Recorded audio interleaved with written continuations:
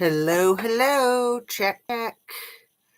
I am still fiddling with stuff, always, constantly.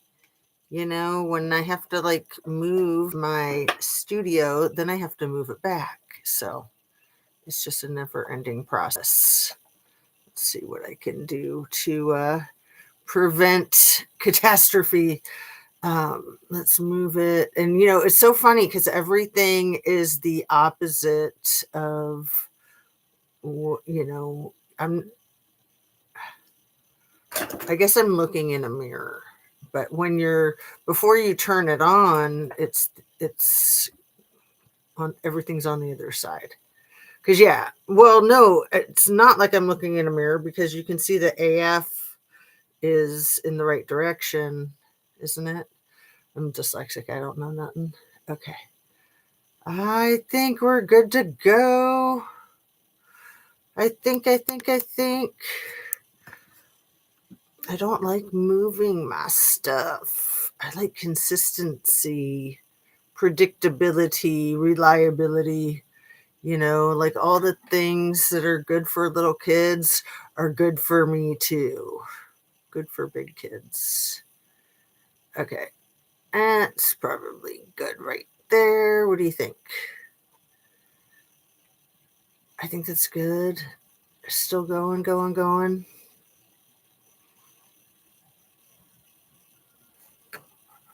And then it'll all fall down. Let me just push this back slightly because it's coming forward and I don't want it to fall down. So let's see.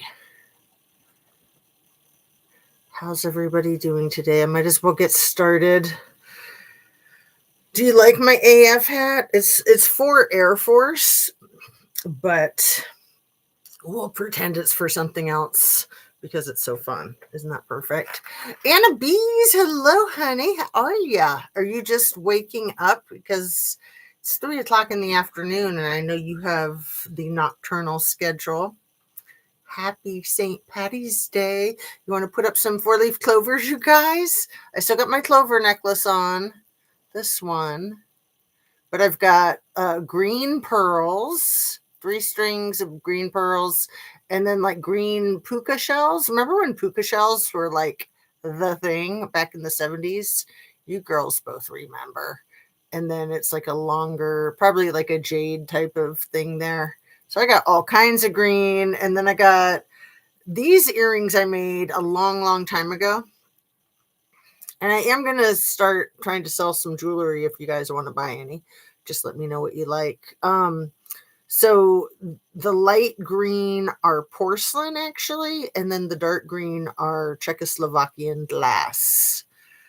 So, yeah, I'm going to make jewelry specifically for YouTube. So, but, stuff that I have, I would be willing to consider selling, and my prices won't be too terribly bad. So don't worry about that. And actually, I like to be negotiable too. So, if you think something's too expensive, let me know. Or if you think it's too cheap, let me know. Right. And I have my rubber bands on the right side. So we'll see how that works. Oh, look at you. You look lovely. I'm just so happy to have my lighting back. It's better. And I still have my little arrow. Yay. I think the lighting is better. That was weird lighting last night. It was like all white here. It's kind of doing it again where it's like lighter on my lower face. And, I try not to have the lights above me because I don't want it to like shine down a shadow and hide my face as much as I would love to hide my face. No, I'm just kidding. Darlings, Billy darling, happy St. Patty's Day, Annabees. So yes, I have a fair amount of Irish in me. Do you ladies have some Irish in you too? Or just Irish in spirit? Me Lucky Charms. Okay. I used for my thumbnail, I finally figured out that MF's name. If you guys saw the thumbnail, I used a screenshot that I took of Jon Stewart in The Daily Show, and he had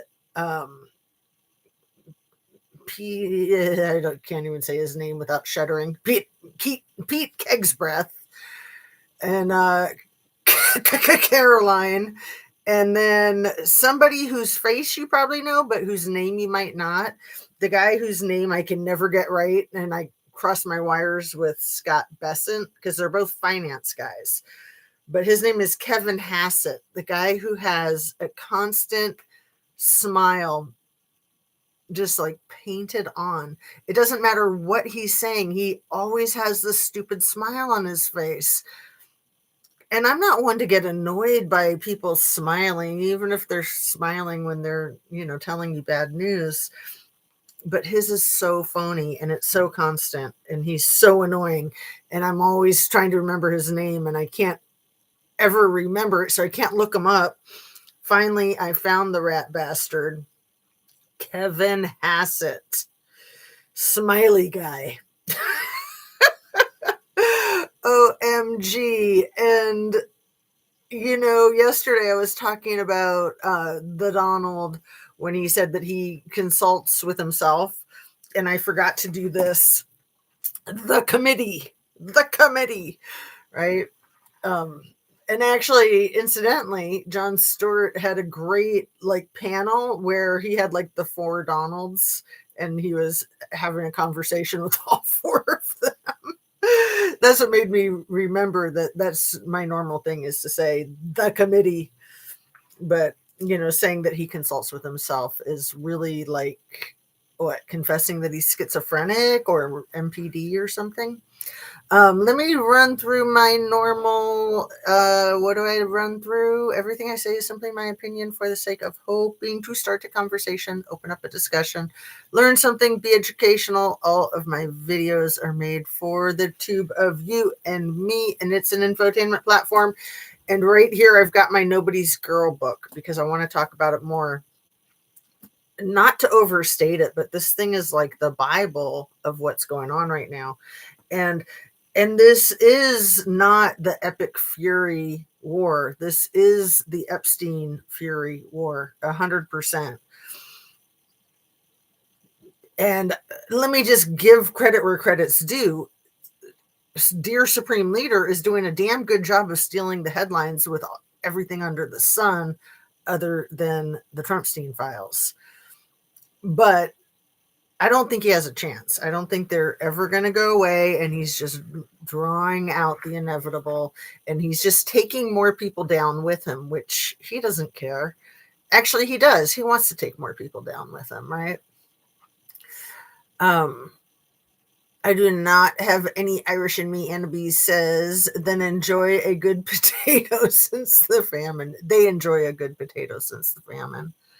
Yeah, that is some wild stuff. And I'm so worried for Cuba. I guess Cuba doesn't have any access to food right now. You guys, have you heard about that? There's so much that's not talked about in the mainstream news or the not so mainstream news. So much that isn't talked about. And so we try to talk about some of those things here when we know about them and when we remember what we are trying to remember. Annabee says, I remember when David Letterman used to have Donald on his show. Oh my goodness. You know that I got to meet David Letterman. I've shared that with you guys more than once. Such an amazing person. And everybody that I met that works for him was just as amazing. Like he just has a really good vibe about him. I know he's not perfect. I know he cheated on his wife and all that. Everyone's got their stuff. And I think that was really horrible what he did. I don't know if it was an intern or an assistant or what, but anyway, he's an incredible guy. You got to give it to him. He started doing his little kind of Wayne's World type of show in his basement when he was a kid in Indianapolis before anybody was doing that. And I remember he was getting really big when I was in college. The Late Show with David Letterman. It was the hip, cool thing. Kind of like the answer to Johnny Carson, because in my kid brain, Johnny Carson was just not cool. I never liked Johnny Carson. I never understood why people did like Johnny Carson. But, no shade to Johnny Carson. He did a lot for American culture. So I'll give it to him on that. Again, credit where credit's due, right? But yeah, I love Letterman and I love Conan. I missed all of the Academy Awards. I used to always watch the Academy Awards, like sometimes with friends, do like a watch party. And I usually had seen most of the movies, if not all, that were nominated. And now never happens. Then I had kids. I'd heard something about us attacking Cuba. Oh, yesterday, Annabise, I don't know if there's been something in the last couple hours that I missed. I've been keeping up with like the latest up to the minute kind of stuff as much as I can. But yesterday, the Supreme doofus Bigley Pigley said, I can have my way with Cuba anytime I want. I can do anything to Cuba I want. Like he was really using that like grape talk. It was insane. I can just take Cuba. I'll just have Cuba. I'll just do Cuba. Just smack Cuba around. Cuba's my bitch. It was whack. You probably heard that. But, they're not talking about the fact that how much they're hurting there. They talk a little bit about it, but you would think Marco Rubio would care since that's like his homeland. But he's MAGA. Like how can you be Latin American and MAGA without having a lot of self-loathing and self-hatred? It is hard to talk with this rubber band on. I should probably take it off. Let me see if I can without grossing you guys out.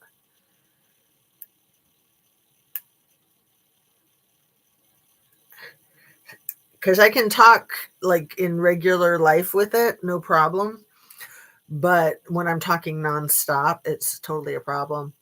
But it's probably doing a lot of the correcting too, if I keep it on. I'm supposed to wear it 24 hours a day, but I think I'll take it off when I'm doing my lives. But I would love to do the thing with both sides for you because I totally look like a snake with it. Oh my goodness. Cuba in a power grid blackout too. Can you guys imagine? That's horrible. So of course he can do whatever he wants with Cuba. If Cuba's down like that, he's out of control. And it's like he's such your typical schoolyard bully. He has to be a bully in order to exist, to feel an even kilter. He's so off kilter. I mean, our country has always been about helping countries, not killing them, taking advantage of them, beating them, overpowering them, overruling them. That's not what the United States of America does. Well, I guess it is now, but that's not what we stand for. And it's just so sad. It's so sad. It's so destructive to the world, which is the point. These people really, the elite, the cabal, the billionaire club, they really want to kill off all the cockroaches. They think of the masses of people as cockroaches. Like how else could they do the things that they allegedly would do on Pedo Island? And now it's looking like Zorro Ranch was just as bad, if not worse.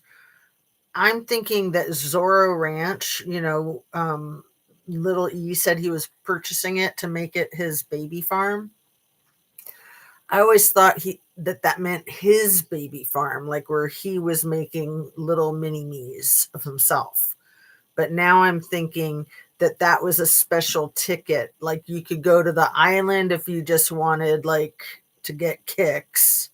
And then if you wanted to like do your own mini me at a price, that's where you would do it. So they could impregnate folks against their will, hold them against their will, take their babies against their will, just like that one survivor wrote about in her journal that's in the e-files, the Trumpstein files. Let me correct myself there. I think we were too young to relate to Johnny Carson. Letterman was more our style. Yeah, well, and he was just like a slickster. He was more like Frank Sinatra type. He was way too clean cut. Way too clean cut. I mean, a lot of the current Tonight late show talk show host dudes are fairly clean cut, but they're also like, they all have their weird freak flag that they fly that they don't try to hide. Jimmy Kimmel, Jimmy Fallon, Seth Meyer. I always forget his last name. Jon Stewart and all his crew, and they all wear suits. Seth Meyer's the only one that doesn't wear a suit and tie, which I've always thought that was kind of funny that they wear suits, but to each their own. They're trying to look professional. I'm sure it's part of their contract. I don't know. Anyway, I used to always dress to look professional, but then I was at work too, so there you have it. Now that I'm at home, I can, I could do my lives in my jammies. Why don't I start doing that? That'll be my little signature thing. I'm laughing at your Cuba comedy. What did I say funny about Cuba? Did I say something funny about Cuba? I always think of Ricky Ricardo. I don't understand how you can be Latino and for Trump, but I know quite a few who are. I know, just like, Reese Waters is always talking about black MAGAs. And he's got a really good angle on the black MAGAs. It's pretty wild. But also female, us chick MAGAs. Ugh. These are old men. These old men are leaders of death cults. It's abhorrent. Absolutely a death cult. But except for not them, right? For everybody but them. It's no big deal for all these people to be dropping like flies. There's like, And there's way too many people dropping like flies for me to keep up with. People that keep falling out of buildings and stuff. Have you guys been keeping an ear open for that stuff? I mean, I can only track so much information. It's something that I would like to track, but I don't know if I have the bandwidth. Honestly, some of my cousins are MAGA. They are half white, so I wonder if that's why. My kids are half white and they are not Trumpers. Yeah, I have a cousin who's half Spanish and he's all MAGA. He's all MAGA. And it's funny because his father, who's the Spanish one, is the complete opposite. Complete opposite. And all the other siblings are not MAGA. My entire fam is Republican. Oh, Billy, I'm sorry. That's rough. I've got some of those and it's stressful. It's definitely a sore point. It's so ridiculous to have politics put a wedge between people that love each other, that then they're not so sure. They're just like, maybe I like you. I don't know. Me and my kids are not. We rebels. Good. When you were doing that T voice, did I do a T voice? Thanks for noticing. I didn't even realize I did it. That's hilarious. I'll have to check it out on the replay. It is really good for me to do the replay so that I can pick up, where I goofed up or, make sure I put all the links in the description because I never remember all the links that I say. I'll put a link in the description. It's good when I do it live in the moment. Or I could at least try to write it down. but that's usually when I put the links in, is when I'm reviewing it. 17 minutes in. Okay, I'm writing that down. Thanks. Because, yeah, I can't remember anything if I don't write it down. Like this stuff. Like, remember, I didn't have these things in my studio yesterday, so I didn't remember to say, make sure you're still subscribed. Make sure that you have your notification bell on to ring, and share a video of mine with somebody that you think might like my channel. Hit your like button, blah, blah, blah, blah, blah. All right. So I wanted to read a little bit out of Nobody's Girl. I thought I would start with the table of contents, because I was taught that when you read a book, the first thing you're supposed to read is the entire table of contents, and that you're supposed to read it carefully. And sometimes I do that, sometimes I don't, but I think it's good practice.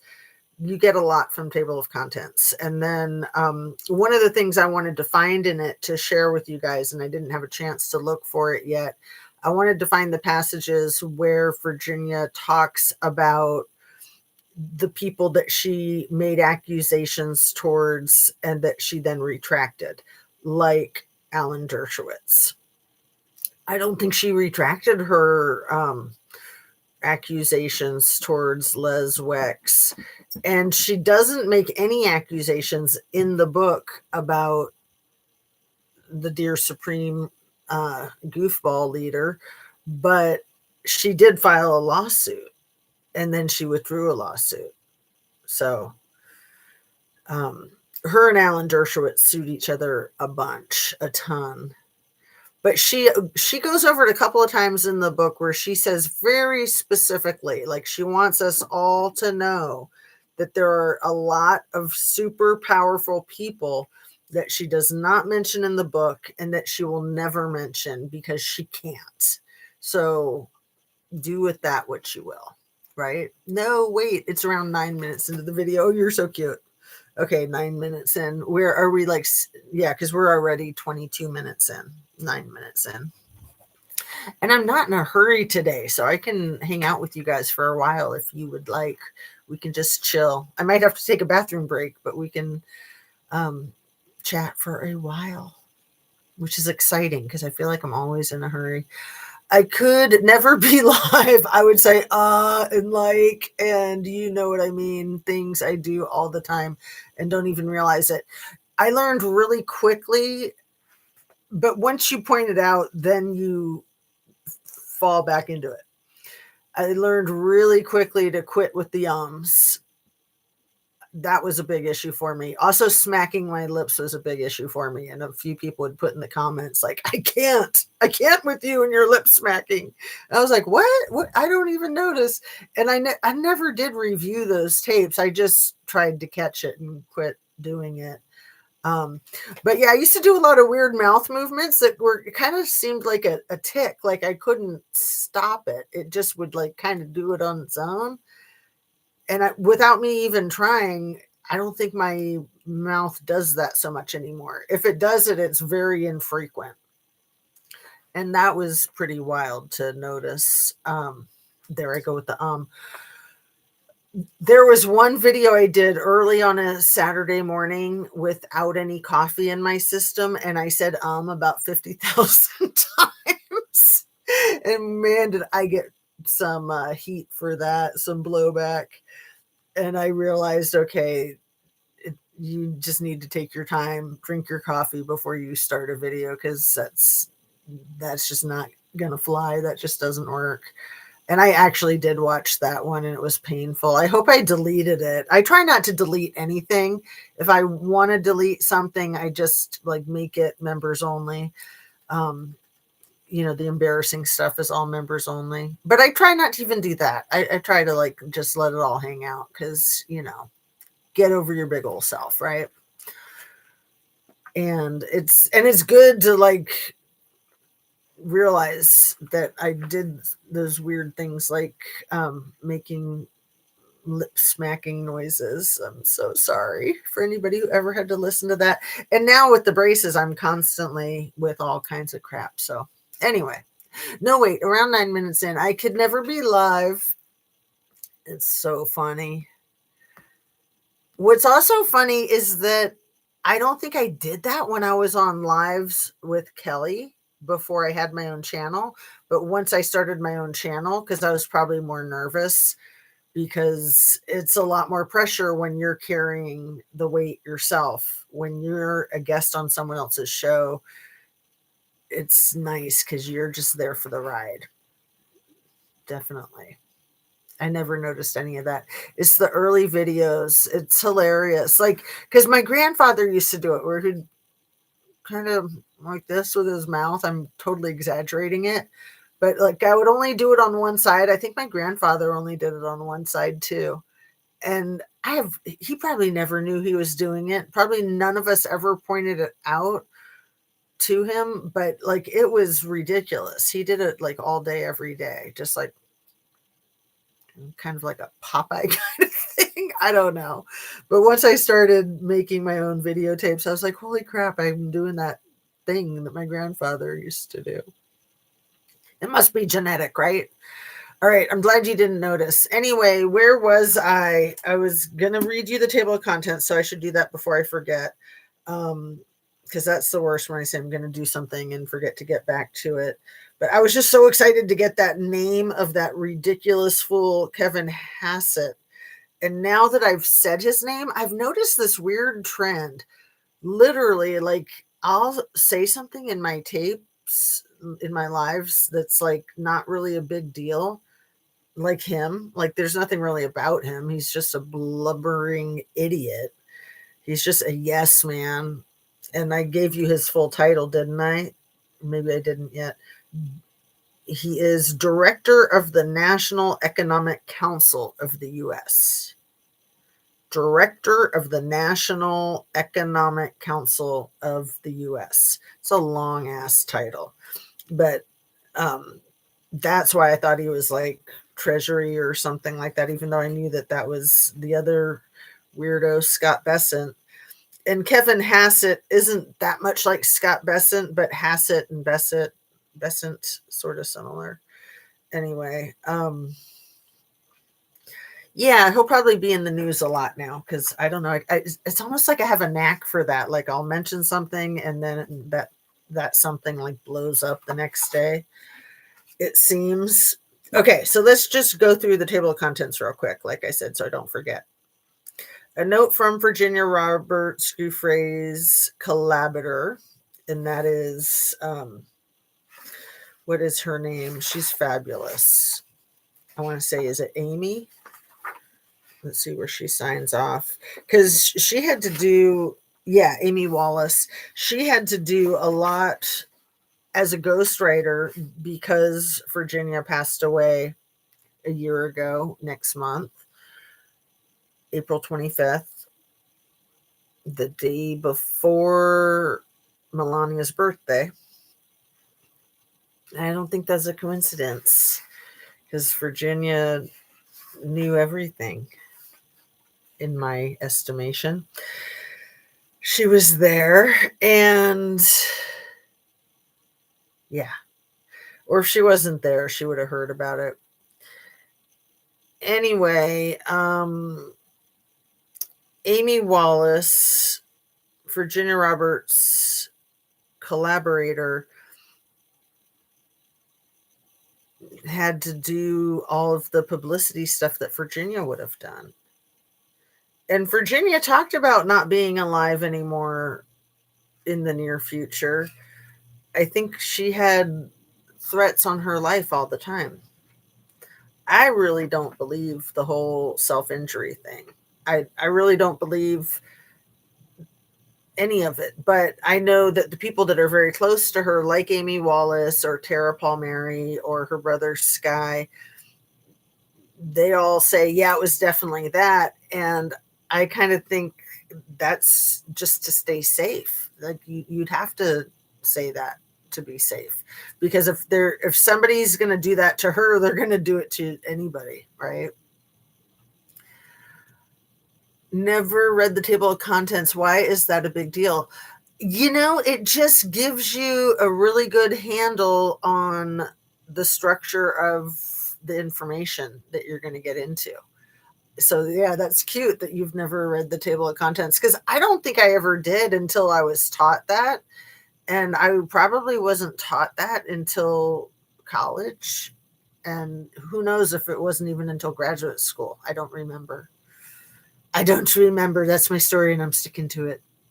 I don't believe she left on her own. No, she did not leave on her own. I mean, can you imagine if she was alive for all of the protests that all of the survivors have done, like on Capitol Hill, on the steps of the Capitol? And she was the most vocal of all. She was like the spearhead. She was like the wind under everybody's wings. It would have been like 10 times, 1,000 times louder, because, it all feeds off of each other exponentially, synergistically. Um, Also, there was a big protest at Zorro Ranch a week ago.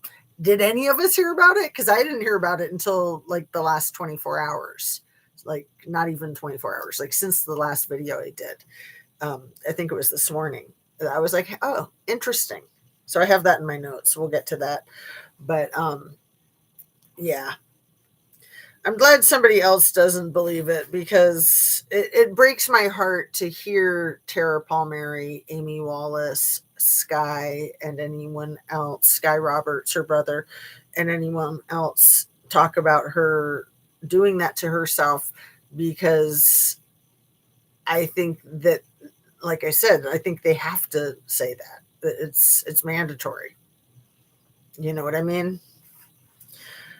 I can only imagine the threats that Amy Wallace and Tara Palmieri have had. I can only imagine the threats that Virginia, that her brother and her brother's wife have had.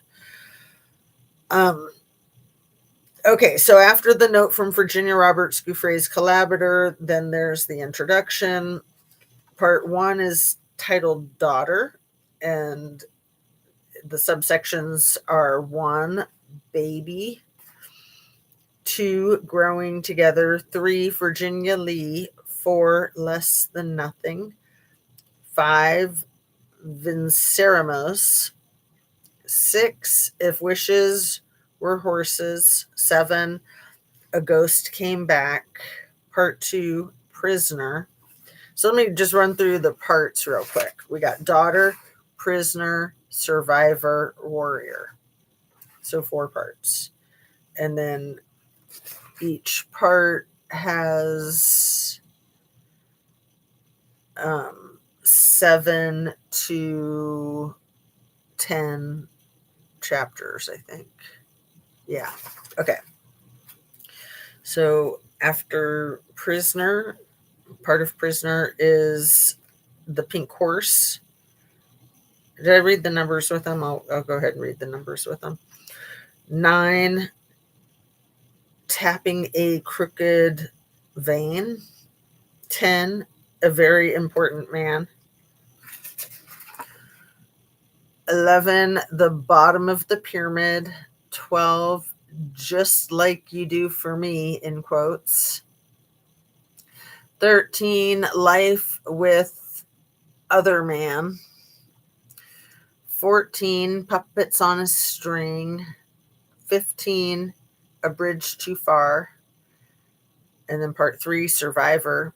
16, the land of smiles. 17, bully basher. 18, honeymooners. 19, down under. 20, welcome to the world. 21, a person of interest. 22, he's a Tyler. 23, my very own princess. 24, a small dent. 25, back in the Sunshine State. 26, Rocky Mountain High. And then part 4, titled Warrior.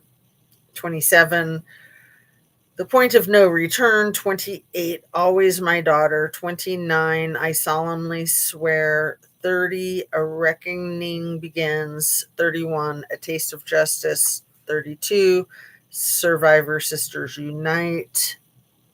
33, unbroken. 34, From Bad to Worse, 35 Backlash, 36 Maxwell on Trial. Now it's getting good. 37 Settling Up and Settling Down. 38 Nobody's Girl. And then at the very end, she's got a section of where to turn for help, which is really smart. Should I read a little bit? I probably did this when I read the book, but let's go ahead and read the cover too. On the back, it says, years ago, a teacher asked one of our children what their mother did for a living. My husband and I decided they should simply answer, my mom fights bad guys. Since then, more than one teacher has wrongly assumed I'm a cop. I'm not a cop. I've never claimed to be an angel either, but I hope I have done some good. I spent more than 2 years traveling the world with a little E and Jizz. I know their cruel habits and those of the men to whom they transported me. Seeking to silence me, my powerful enemies have threatened to bankrupt me and even to have me unalived.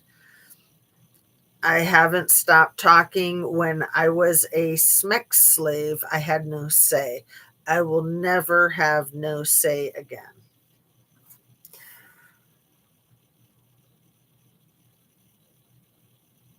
Okay. The Unforgettable Memoir by the late Virginia Roberts Giuffre, The Woman Who Dared to Take on Little E and Jizz. But it leaves off Mr. T.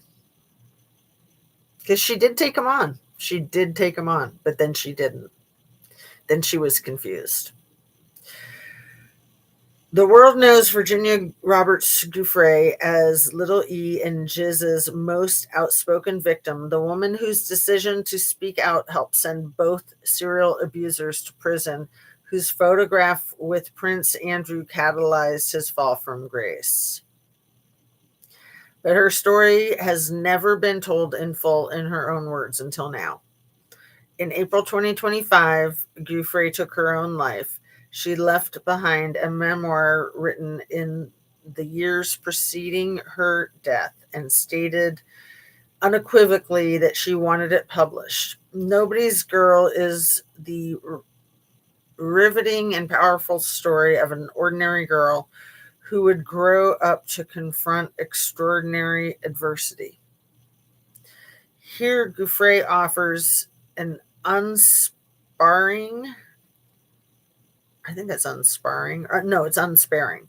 Here, Giuffre offers an unsparing and definitive account of her time with Little E and Jizz, who transported her and others to numerous prominent men. She also details the molestations she suffered as a child, as well as her daring escape from E and Jizz's grasp at 19. Giuffre remade her life from scratch and summoned the courage not only to hold her abusers to account, but also to advocate for other victims. The pages of Nobody's Girl preserve her voice and her legacy forever. Nobody's Girl is an astonishing affirmation of Giuffre's unshakable will, first to claw her way out of victimhood, and then to shine light on wrongdoing and fight for a safer, fairer world. Equal parts intimate and fierce, it is a remarkable narrative of fortitude in the face of depravity and despair.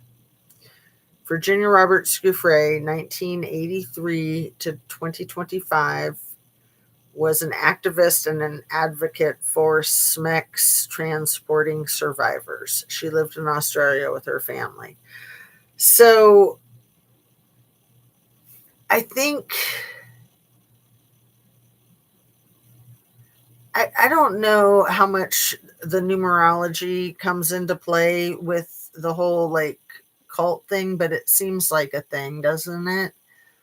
And the date of her passing away is 4/25/25. I don't know. Is that a coincidence? I do not know. But I've often thought about that, and I've never put it out there to discuss with my viewers. If you guys have an opinion about it, um, there's the now I'm going to be all self conscious. Anna Bees, what have you done? No, I'm just kidding. It happens, especially like I said, once you start thinking about it, then it really happens. So the puppets on a string. At one point, Jiz had these puppets that she put with Andrew and Virginia, and she took photographs. So, like the puppet, she had the puppet's hand on Virginia's breast. And while she was taking the photographs, Virginia just like had one of these like come to Jesus moments, these epiphanies, where she realized what puppets not only she was, but Andrew too, that everybody was being played by Jiz and E. So I think that's very profound. And it's just wild how these people always give themselves away. Like she couldn't resist to buy the puppets and then to introduce the puppets and then to take photographs. And yeah, it was an awakening of awareness for Virginia. So again, I always say for that we can thank them, right? Kind of helps to understand it all better. So I mentioned to you guys about another victim that I don't know if I put that one in the link in the description yet. The soft white underbelly. Let's see.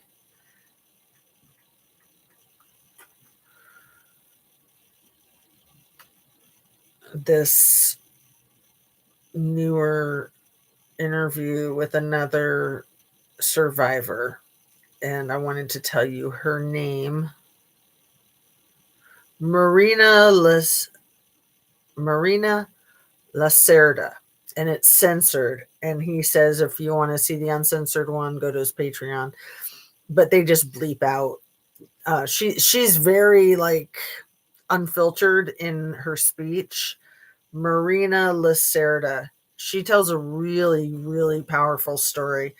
I'm not going to pay for Patreon, so I just went ahead with this one. And, you know, you can fill in the blanks anyway. I don't think it's that challenging. But one of the reasons why I'm bringing it up right now is because Marina had been abused a lot as a kid. I think starting when she was 8. And routinely by specifically like a stepdad. But she lived in New York City and she was Brazilian and she was an illegal basically. I don't like to say an illegal. She was undocumented. And so that made her life much more challenging and made her much more vulnerable. So she did a lot of crazy stuff when she was young before she met Jiz and Little E. And then she was one of the people that when the feds got a hold of her to interview her back like in the 06 situation before the sweetheart deal, that she called Little E right away and was like, what do I do? And he said, don't talk to anybody. I'll have a lawyer call you. So he basically hired a lawyer for her, which he did this to a lot of the victims, where they made the victims feel like they would get in trouble and that the attorney was being paid for to help protect them. And they totally believed it because a lot of these victims thought that they were making informed consent in getting involved in the acts that they got involved in the SA. And we all know that if you're under the age of 18, that there's no such thing as informed consent. But these girls that were like street smart thought, yeah, I'm a big kid, I can handle it, and I'm choosing to be involved with this. So, and they didn't see themselves as being survivors, many of them, until I think this last year, when all of this stuff came out, like since the summer up until now, in our political arena, and it's been national headlines. And then some of these people that did not think that they were victims realized that they were victims and that they were survivors. And a lot of them haven't stepped forward. You know, there's probably, the estimation is like over 1,000 that haven't stepped forward. I'm going to bet you that it's thousands that haven't stepped forward. And that's just with little E and his whole gang of thugs. But of course, there's probably millions that haven't ever come to terms with it for themselves, or that would never want to talk about it publicly. And that's understandable, and they have that right, of course. It's up to them to decide how they want to proceed, and who they want to tell, and what they want to discuss. And you know, a lot of them did get compensation and file or sign non-disclosure agreements, and so they feel bound by that. I think some of them realized that the non-disclosure agreements that they signed were not legal, unethical, and so they're like, I don't care. Like, I think Virginia signed a non-disclosure agreement at some point. And then also when things change, because if you signed a non-disclosure agreement for this stuff over here, but you didn't sign a non-disclosure agreement for this stuff here, so it gets tricky. I mean, you have to have an attorney and you have to know the ins and the outs. But the thing that I'm bringing up about Lacerno, how did you say her name? Marina Lacerda, is that it wasn't until probably the fall, she says in this interview in the Soft White Underbelly channel, that I'll put a link in the description right now while we're talking about it. Here we go. I'm doing it, but I'm trying not to lose my point.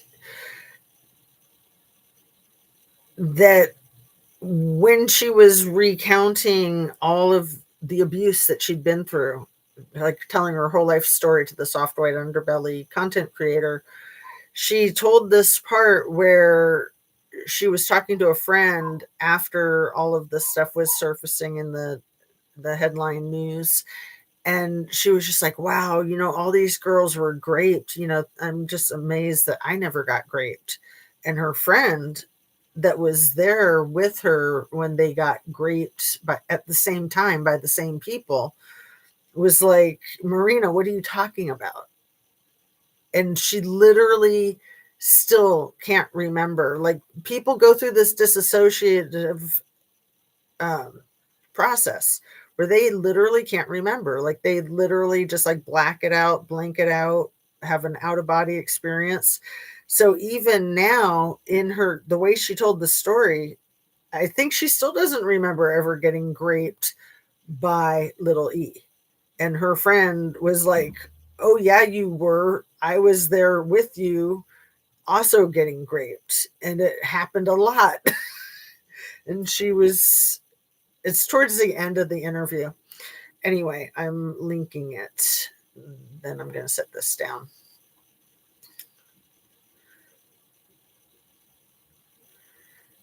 And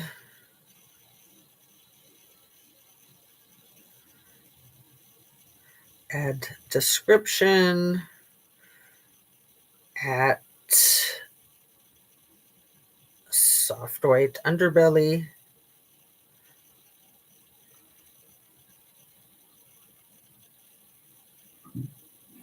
Oh, and it's not doing it. So I'll do it later. My phone, I do need to get it tweaked or get a new one. Anyway, um, so I just put the soft white underbelly link in the description, and I'll have to do it on the laptop later. I'm not going to do it on the laptop while I'm doing my live.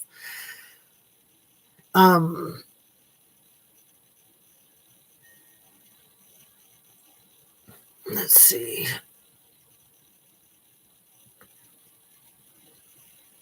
What did you want our opinion on? Oh, you know what? I'm on Top Chat. I need to change it to live chat. And what did I want your opinion on? Was it something about the reading of the table of contents? Was that it? I forget. What did you want our opinion on? I was doing my daughter's meds. It would be extremely difficult to step forward. The whole world would know about it, and you will probably get threats and worse. Exactly, Annabise. Exactly. And for many of these people, it's worth it. They do it anyway.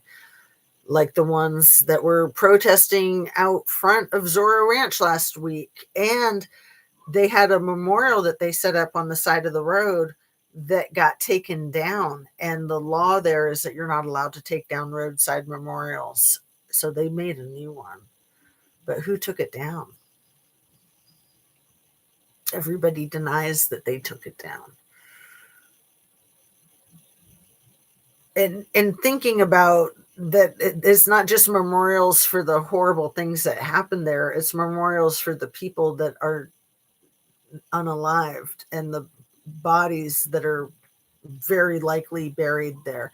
There's one excerpt in the book where Virginia, you guys might remember, where she goes on a walk at Zorro Ranch. So she's just like out there in the desert by herself, and she doesn't take a cell phone with her, and she gets lost. And little E wasn't there at the ranch. He was out of state, but he called and they didn't know where she was, and they all flipped out, and I think they went looking for her for a while, but they didn't find her. I think she found her way back before dark, I think. Fortunately, she found her way back, and fortunately it was before dark. But little E ripped her a new one and was very worried about what she found. So she had found like artifacts from a pueblo that had been out there on the property, and it sounded like that was a landmarker, that she was probably close to a grave. I don't think that she was explicit in saying that in the book, but I think that that's what I got out of it when I read the book. That she was definitely like, there's stuff out there that he's definitely hiding that he definitely didn't want me to find. And she was in big trouble, and she had to promise that she would never do that again. And there was only one other time in the 2 years that she was held captive by them that she wandered off on her own. And that was in New York City, where she wandered off in Central Park. And same thing, she didn't take her cell phone.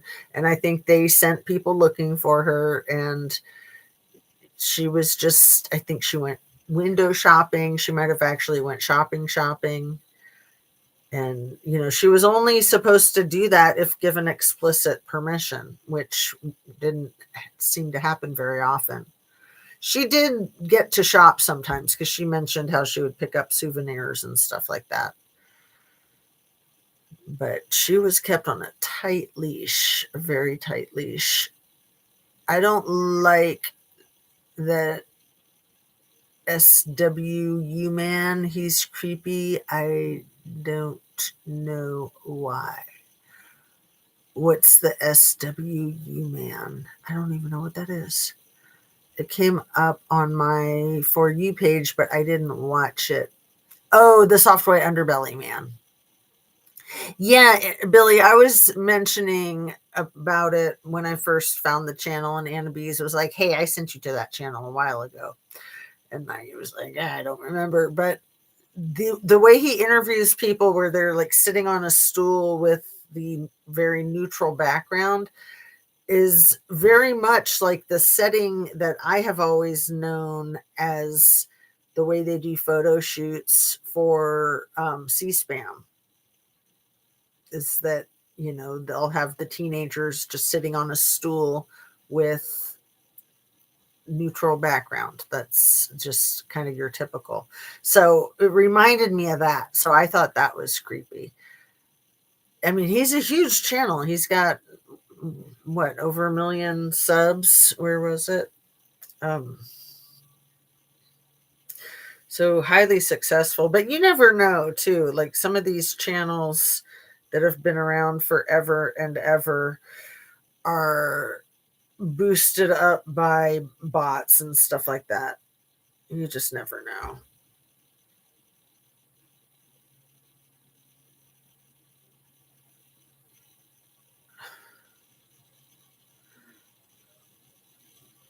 Wow, almost 7 million subs. That's like as many as Midas touch. That's a lot. Man, I can't imagine the payments that they get every month. That's crazy out of control.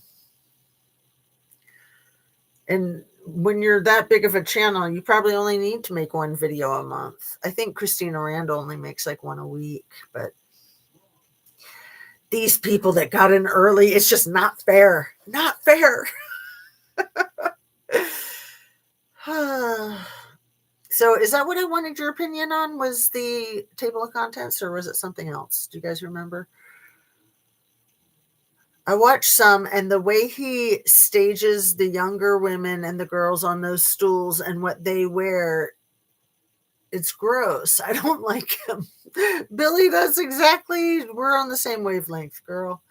Why can't they sit in a normal chair and not be displayed? Right. I mean, and stools are so uncomfortable. Like having something to support your back is very luxurious. And yeah, it's like being stripped down naked. You're right. Absolutely. To not have like a table to put a drink on, or to have a notepad or something, or even just like a squishy, like nervous habit kind of thing, like a worry stone kind of thing, a fidget. Why can't they have fidgets? Come on. I always think I should have a fidget when I'm doing this, because sometimes like I don't like it when I touch my face. I think I do that when I'm fidgeting, and I certainly don't like it when I'm like doing my finger stuff.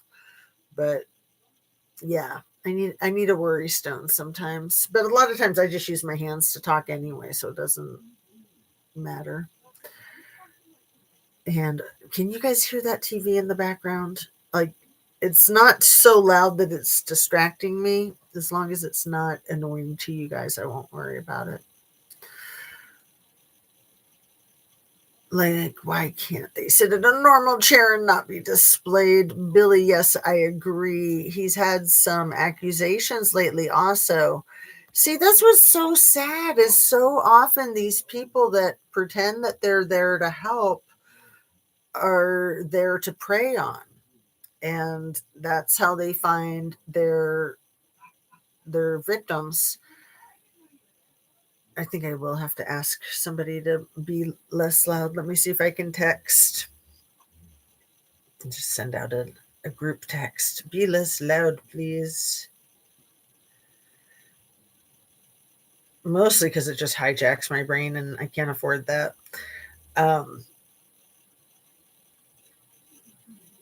Let's see. I'm trying to be nice about it.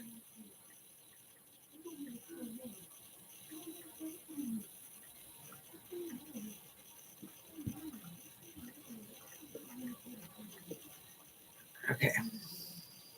Let's see if they get the text, if they read it. Anyway, what was I saying about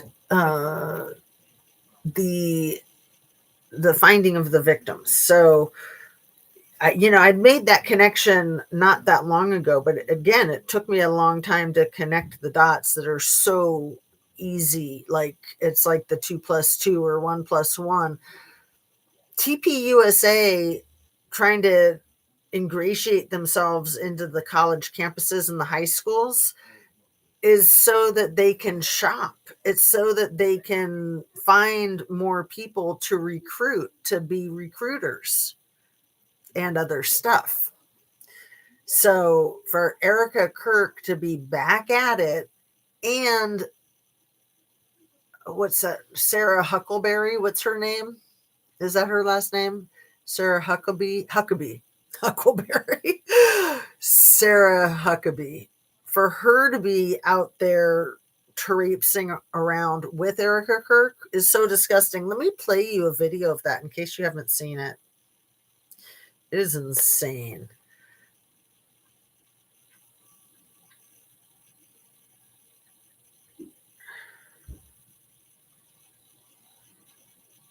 You guys have probably seen it, right?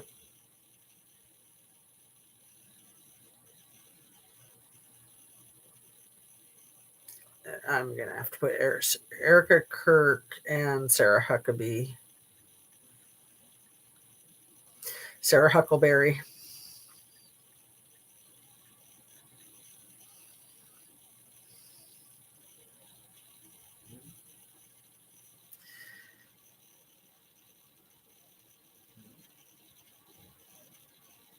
I just want to see a short of it. And I think I put a short of it in a link. I think I linked it up in one of my videos recently, so maybe I'll have to do it that way. Sorry for the delay, you guys. And it wouldn't have been yesterday's video. It might have been the day before or the day before that. Let's see.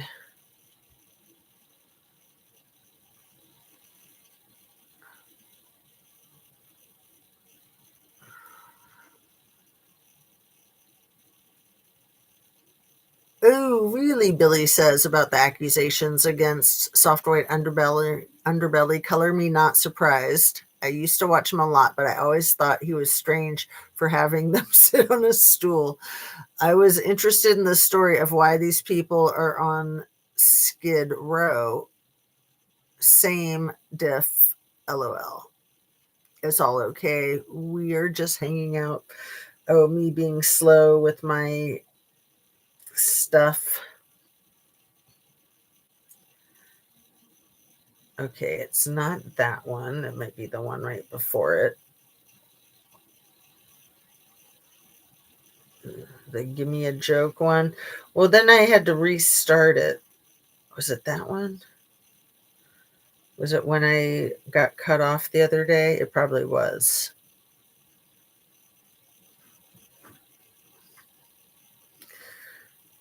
When I had to continue with a new video and then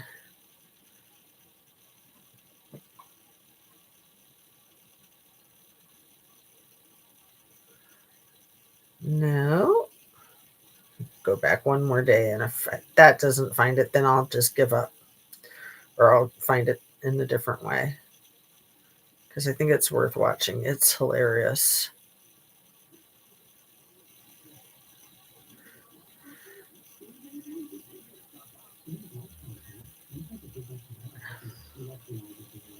Maybe it was yesterday's video. Okay, that's the last one I'm going to look at. Did I put it in yesterday's?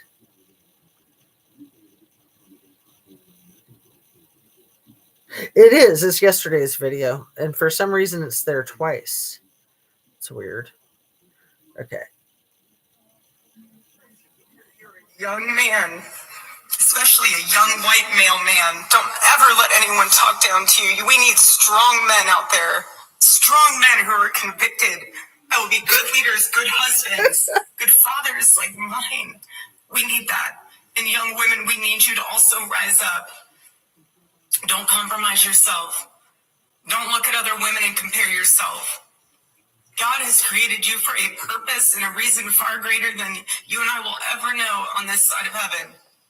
Don't let anyone disenfranchise. Okay, so it's hilarious that she says white male men. It's also hilarious that she says that are convicted, like total Freudian slip of the tongue. but maybe I have two of them because the other one has the Sarah Huckabee in it too, and more of like the full body view of her being all meek. You because you're a young man, especially a young white male man. Don't ever let anyone talk down to you. We need strong men out there. Strong men who are convicted. That will be good leaders, good husbands, good fathers like mine. We need that. And young women, we need you to also rise up. Don't compromise yourself. Don't look at other women and compare yourself. God has created you for a purpose and a reason far greater than you and I will ever know on this side of heaven. Don't let anyone disenfranchise you because you're a young man. A young male man. She's so disgusting, isn't she? Hello, check it. What a joke. So I really do want to show you the full version with Sarah Huckabee in there too, if I can find it. Let's see.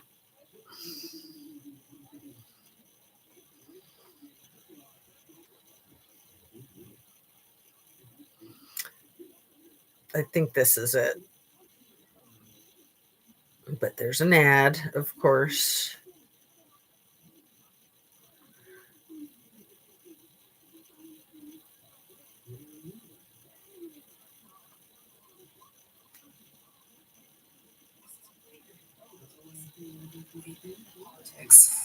We live in the greatest country in the world. Turning Point USA CEO Erica Kirk stood next to Governor Sarah Huckabee Sanders as she signed a proclamation seeking and encouraging Club America chapters at every high school in Arkansas. Currently, there are more than 40 chapters on high school campuses in the state. This proclamation encourages every Arkansas high school and college to engage in civic discourse. Let me assure you that conservatives have just as much of a right to speak their mind as anyone else in the country, and we will stand up for you. So proud of you. So proud of you, because you know what? When you start in high school and you really embrace the fact that you live in this country and you know you can make a difference like my husband did and continues to do, you realize that your life, even though it's short, it is, whether you live 31 years or 92, it's short. But use it for something greater. Starting the chapter was not easy. So she almost made another Freudian slip there that your life is short. Even if you make it to 92, it's short. But no, she was like, because if you follow into her little trap, it's probably going to be short for one reason or another. You know, some type of misadventure, some type of natural, accidental, self-induced misadventure, right?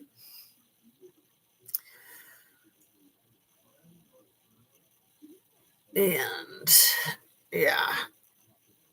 So what else, you guys?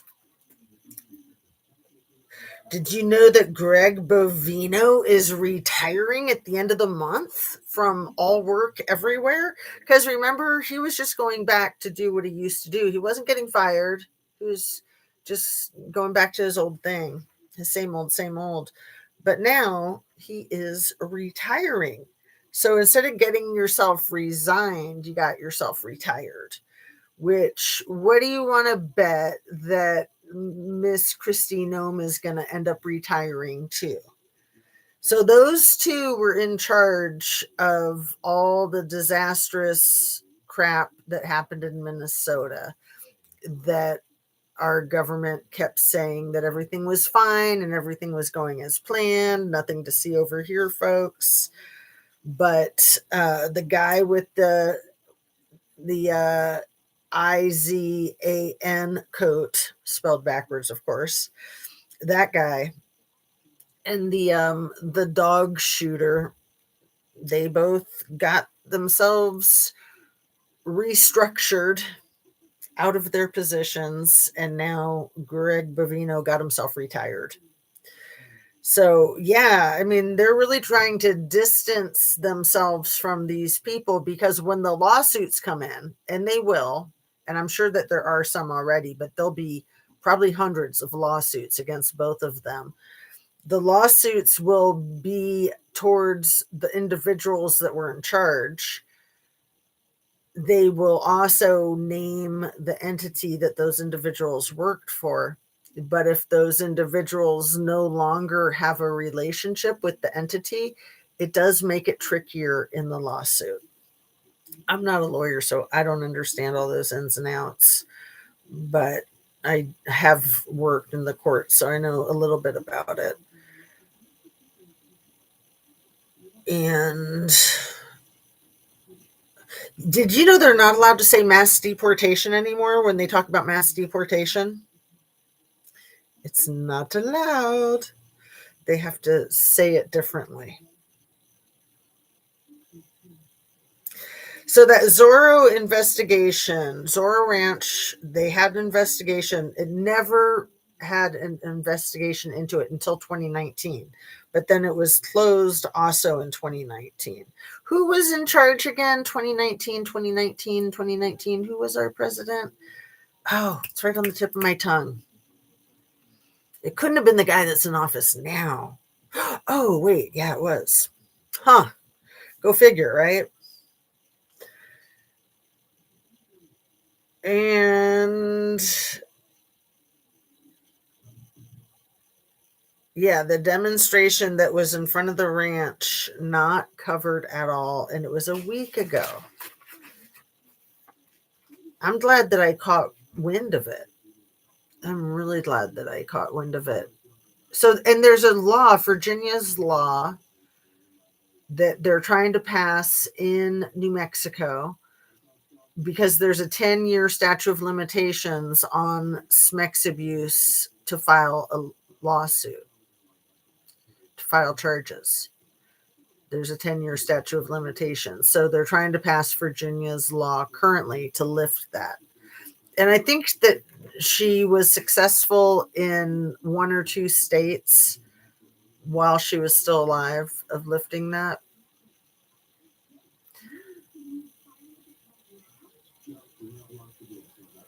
So yeah, when you look at the photographs of Zorro Ranch, when you look at footage of Zorro Ranch, it's such a big building. I don't know that I ever realized how big the building is because the land is so expansive that the building looks small when you see like a drone photograph.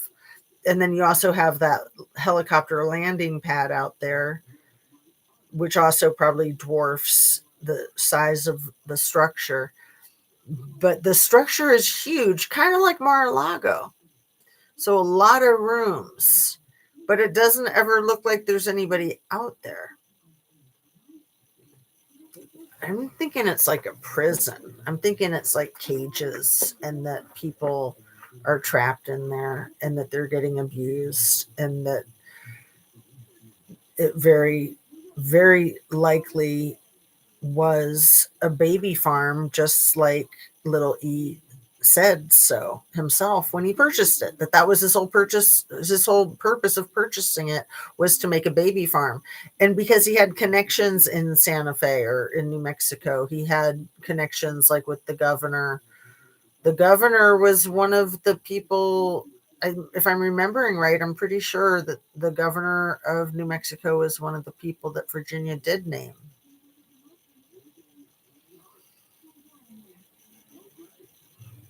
So creepy.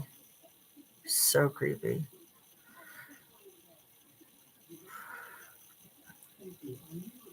They are trying to protect their arse. It's so sordid. It is extremely. And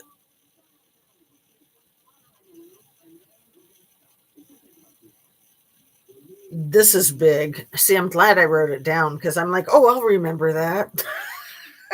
I don't need to write that down. Little T Biggly Piggly's top counter terrorist official quit today. Did you guys hear about that? the top counter-terrorist official quit. And I didn't write his name down. I'm gonna have to let the dog in 1 second. The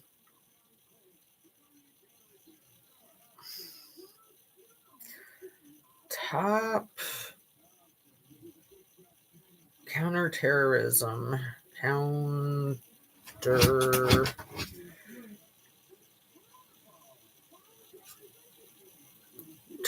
official resigns. Joe Kent. Yep, he did. There's a lot of people dropping like flies around the dear leader. A lot of people. Another one bites the dust. Here, let me see if I can kick over my microphone and my computer. No, let me see if I can get the dog in. You know what? I'm going to take a quick bathroom break. 1 second.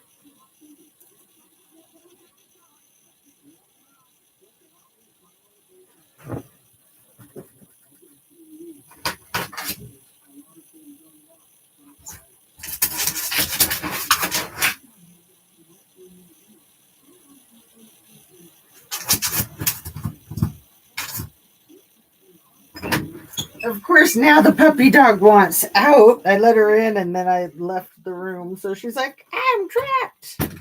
But I have Coco in here. Sorry about that. Thanks for your patience. So that's nice to, then I don't have to like wrap up. The other night I had to wrap up really quickly because all of a sudden I had to go to the bathroom and I was going to be wrapping up anyway. So instead of just taking a quick bathroom break, I was just like, okay, gotta go, bye. I didn't tell you guys that was why I should have just come clean, but now I'm coming clean. Anyway, they are trying to populate the world with modified versions of humans and get rid of us. Yeah. I already think that our dear leader has, like, I think his left eye is a robot eye. And I think he's probably got a computer chip in him because how else could he keep functioning when he's falling apart? I don't know. I mean, Elon admits to having more than one computer chip, I think. And a lot of people suspect that he's got one for, for the other head as well. If you catch my grift, I'm sure you do. I don't need to get into it. Supposedly they can make a human without a woman. No, I don't believe it. I know that they say that, but I think that they're bluffing. I mean, it's so tricky. It's so hard to make a human even with a woman. And man, talk about your wire monkey mom's crap. Can you imagine being the kid that was born out of a freaking incubator? I mean, back when Petri dish babies were new, test tube babies is what we called them. And a lot of people thought that those kids would be like clones or that they would feel different. I don't think that that's a thing. I mean, for people who have fertility issues or do surrogacy for whatever other reason, I don't think anybody is concerned about those folks being any different than anyone else.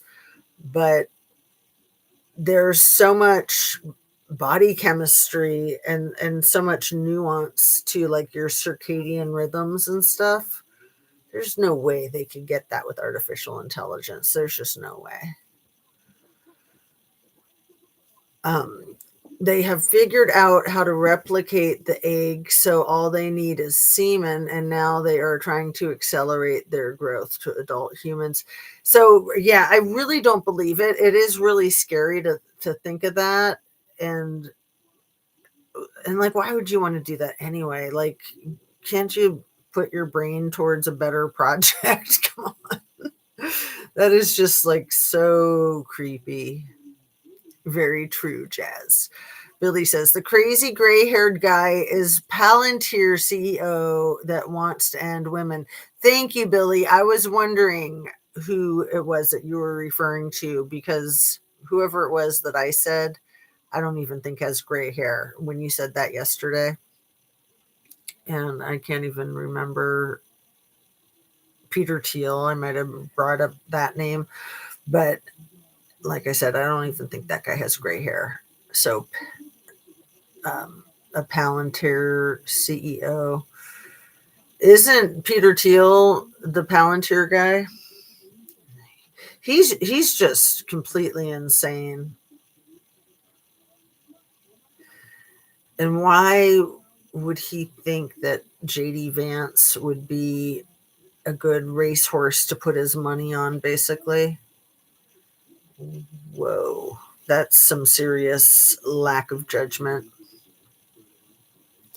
I'll have to look it up. Annabee says, so I was thinking, since I can, I was thinking I would read to you out of Virginia's book. I know that I've got it on tape, but I was thinking of reading you the note from the collaborator, from the ghostwriter. I think it's just like 7 pages. Let me see. Or maybe even less.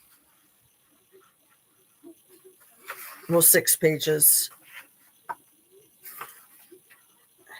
Then the introduction is probably like 10 pages. But I haven't read it in a long time, and I remember the first time I read it that I thought it was really stunning. This Amy Wallace woman is amazing. Is that all right? Do you guys mind if I read to you? Do you want me to read to you? Do you not want me to read to you? I'll give you a chance to answer before I start.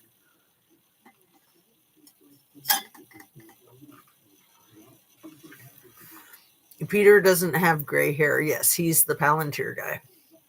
Yeah. Yeah, I think he has dark hair, right? He's really creepy. He's really creepy.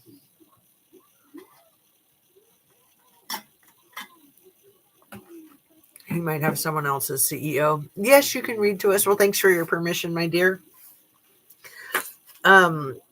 So here we go. Writing a book with someone is always an intimate exercise. During every project I've worked on, at some point I must ask the author some extremely personal questions. And she does a lot of fact checking too to make sure that the person is accurate. Next, I bolster their memories, no matter how vivid, by working to corroborate them, reviewing all pre-existing documentation, and talk to others in their lives who may have witnessed or known about the events being described. In that sense, the process I followed while working with Virginia to get her story right was nothing new for me. 2 things, however, made Virginia's memoir different. First, the stories she needed to share were devastating beyond measure for her to tell.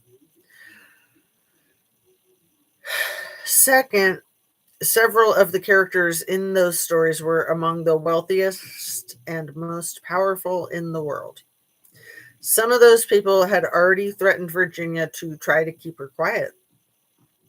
From the beginning, Virginia and I understood that this would have to be a meticulously written book to ensure accuracy, of course, but also to protect her from those who would have preferred she stayed silent. And I think they did get to her before the book was published. And maybe they were thinking that somehow the book wouldn't be published, right? I want to say explicitly why Virginia opted not to stay silent, which certainly would have been easier for her. From the beginning, she told me she believed that her story would help other people, not just survivors of E's cruelty, but any person, male or female, who'd ever been coerced into SMEX against his or her will.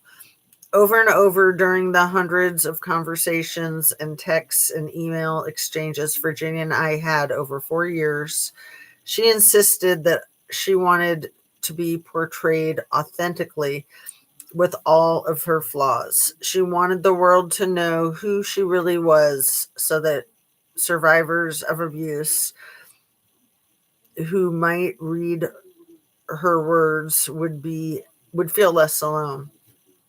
She hoped that if she painted a real portrait of her suffering, it would inspire more people to fight to make the changes she believed were so desperately needed.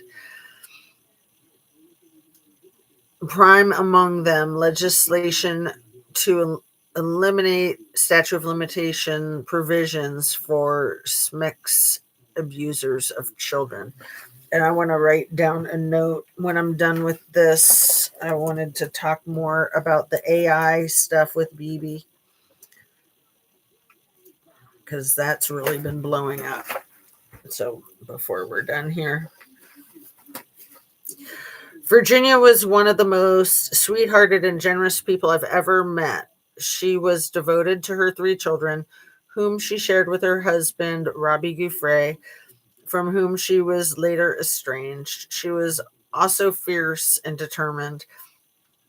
And that fierceness is what enabled me at her direction to tell her whole story.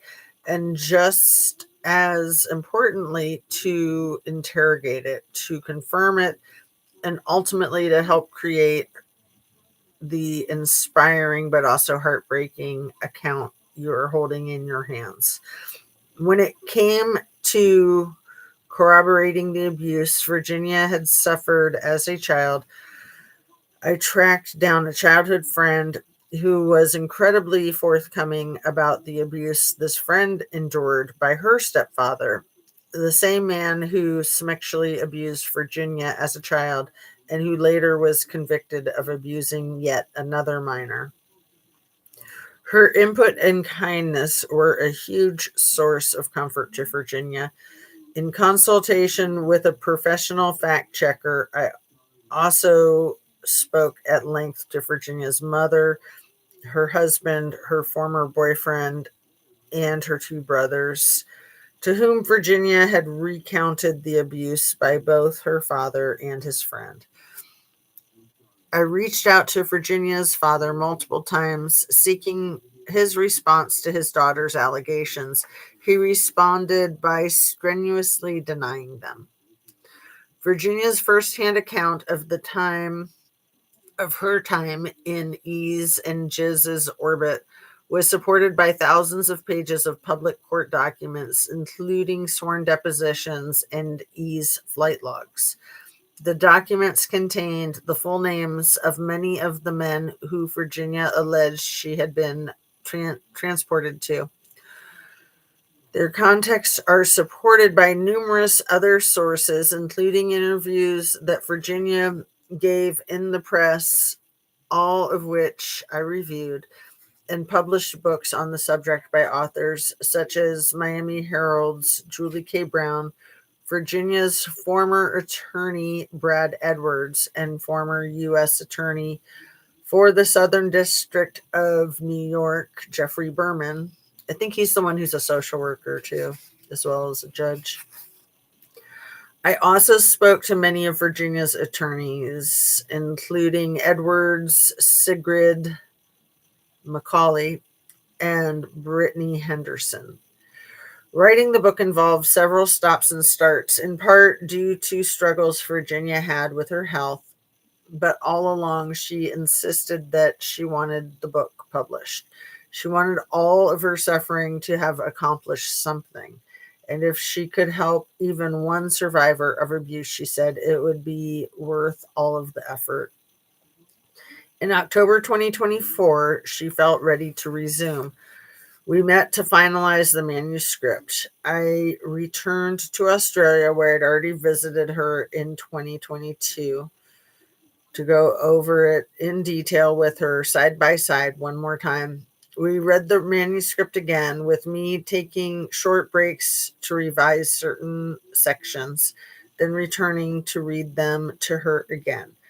By the end of that, she'd approved all of the book's contents, save for this note by me added after her passing. And there's an asterisk in here too. It's really tiny. I don't know if I'm going to be able to read it. Let's see. Do I have another light somewhere?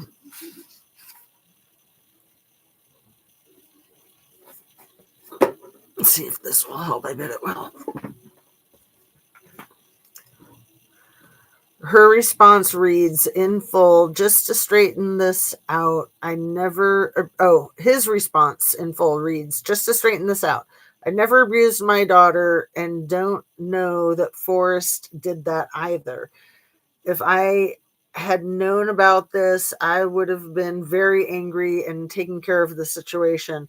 I gave my daughter every single thing she ever wanted and never, ever touched her sexually. I never even knew what was going on with little E until I read about it online and getting calls from news agencies. But he did get paid. I'll read you guys that part. He got paid maybe by little E, but maybe not by little E. Maybe somebody with a T. But I think it says that it was little E. But that doesn't mean that it was. Because she did come from Mar-a-Lago, right? And it was the dad that introduced her to the little T when she was 16 in his office at Mar-a-Lago. Let's see. There is so much they are getting wrong, even her middle name. It's Virginia Lee Roberts and not Virginia Louise. I am a moral person and believe that men who take advantage of young children should be prosecuted and then castrated. It really pisses me off that someone would write that I would even abuse my children. As a father, I only tried to give my children a good life. Well, that's reassuring. Let's see.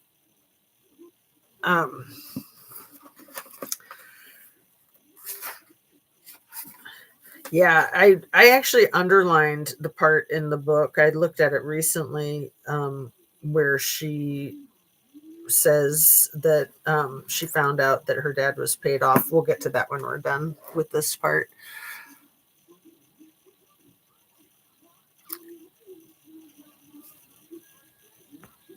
Alex Karp is the CEO. Oh, okay, that's the guy with the crazy hair. Thank you, Billy. They want to breed their sons in AI robotic wombs, so no more need of females. See, why do they hate women so much? Like, it's just because they're jealous and they want to make the babies themselves, and like being like, if they could be transgender, that wouldn't be enough because they wouldn't be able to have babies. I have no idea. That's just one theory. Yes, that's what I read too, Billy. That's so EMO. If my crypto pays off, then I can finally get divorced for F's sake. It's a man's world. Oh, I hope your crypto pays off so that you can get that resolved, dear. Can't afford my own home yet, LOL. Well, yeah, that's always one of the hardest things for any couple, I think. Getting a divorce is to be able to afford to keep the home and the cars, and yeah. So there's just we're just about halfway done with this forward. She was deeply grateful to the people from all corners of her life when who had supported her efforts to tell her story. Then, on the night of January 9th, the morning of January 10th in Australia, Virginia called me in a state of extreme distress.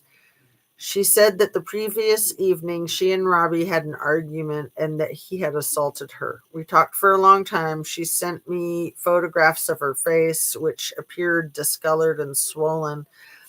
I made sure she was in a safe place and offered to reach out to her mother and her older brother, both of whom I contacted.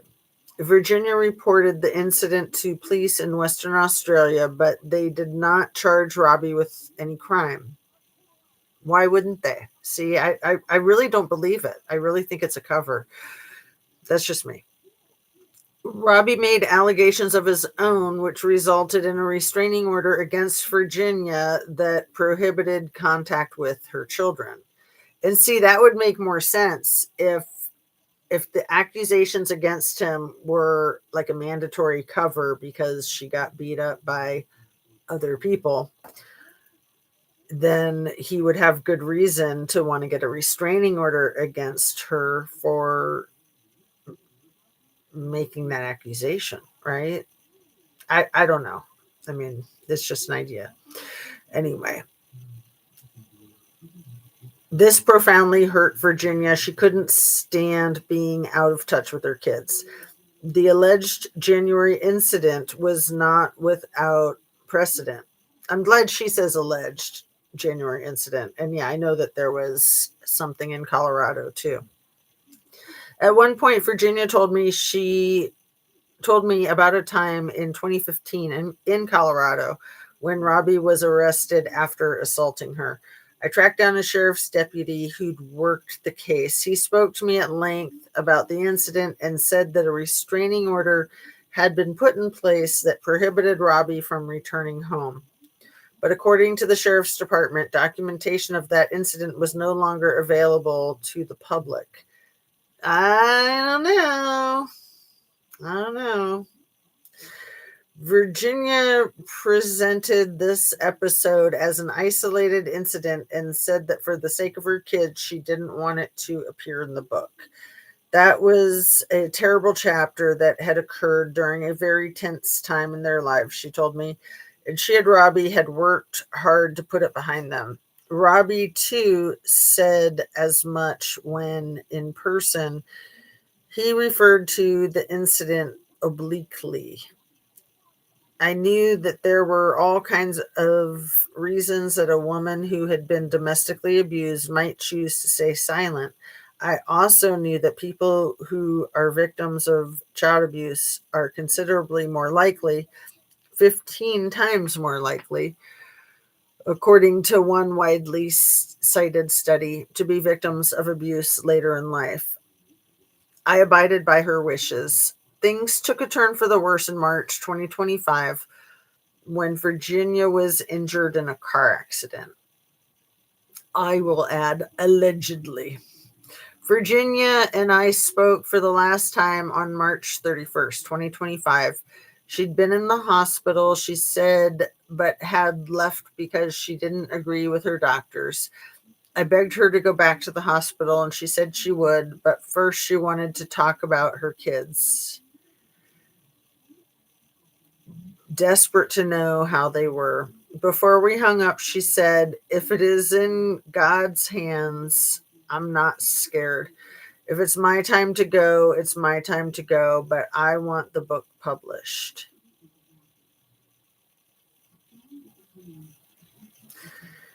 It's just an interesting thing to say. I begged her one more time to let her doctors do their jobs.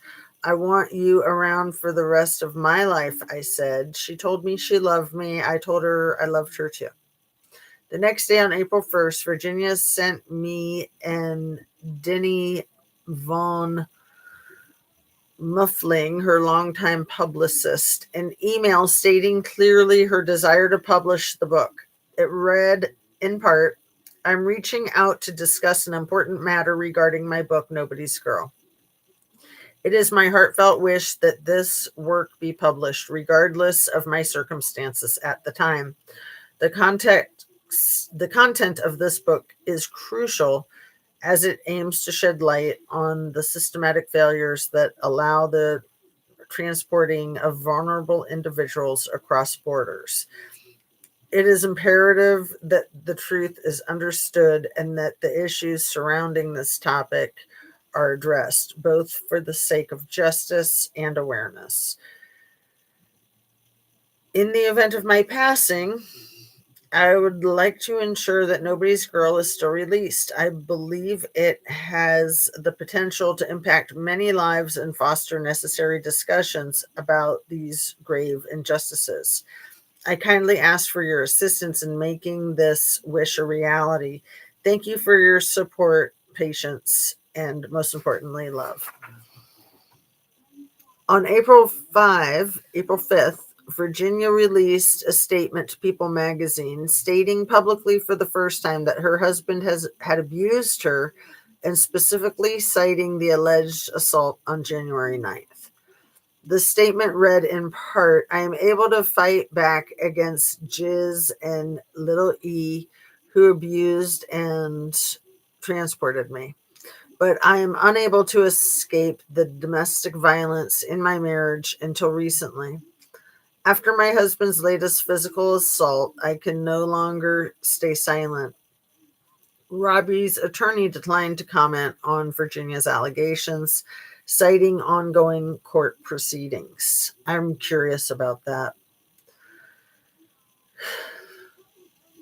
Less than 3 weeks later, Virginia was deceased, having self-deleted at her remote farm, just like RFK Jr.'s wife, Mary Richardson Kennedy.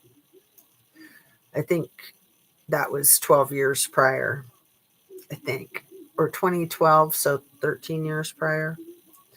But like a very, very similar set of circumstances, extremely similar, extraordinarily similar. Before this, and that was written about in the Trumpstein emails. Like they were like plotting it and talking about it in the emails. Yeah, allegedly. Okay. Less than 3 weeks later, Virginia was deceased. I already read that, having committed self-deletion at her remote farm. Before the book went to press, Virginia's two brothers and their wives came forward with their concerns that the book she wrote underplayed the DV that she allegedly experienced. They publicly offered their account of what they believed her longstanding abuse that their sister had suffered during her marriage, and they stressed the importance of publishing her memoir with further context to avoid undermining her credibility. At the time, they expressed their support for the publication of Virginia's memoir and affirmed its importance in holding abusers to account. As I've reflected on in Virginia's life since her passing, all she accomplished and all the suffering she experienced, I hadn't stopped thinking about those last 3 hearts she sent us. Those last 3 hearts she sent us, they will stick with me forever. Last 3 hearts. Oh, maybe just like in a text or a email. Because despite the unspeakable cruelties she endured throughout her life, Virginia opted to keep her heart open and, whenever possible, to lead with love. The world could learn something from Virginia. It was truly an honor to spend 4 years by her side, helping her tell her story and ensuring that her legacy live on. Amy Wallace, August 2025.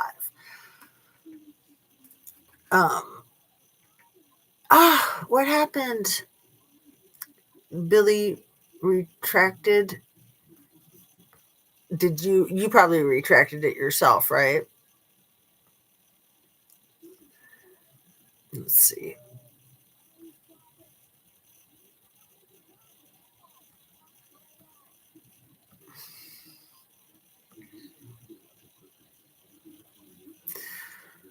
shoot, Billy, I was putting the laundry in the dryer, so I don't know what you retracted. Some did rich gay men, to clarify. I'm sorry, I missed it too, Billy. If you wanted to put it, my personal saga with Mr. Darling was retracted. LOL. Well, if you want to email it to me, you know my email. It's justiceatooz@gmail.com. If you want to share. I totally understand why you might not want to share it in the chat. If my husband was still breathing, I think we would have been in many arguments over little T and MAGA. I don't think we would have made it through this. Oh, Annabees. That's wild. I feel ya. I do. So yeah, let me see if I can find that quote. I looked for it recently and I went right to it because it's like 2/3 of the way through the book. It's like exactly 2/3 of the way through the book. And I was so grateful that I underlined it because I didn't know that I had. But let me see if I can find it again this time. Now that I've said how easy it was to find it before, I probably can't.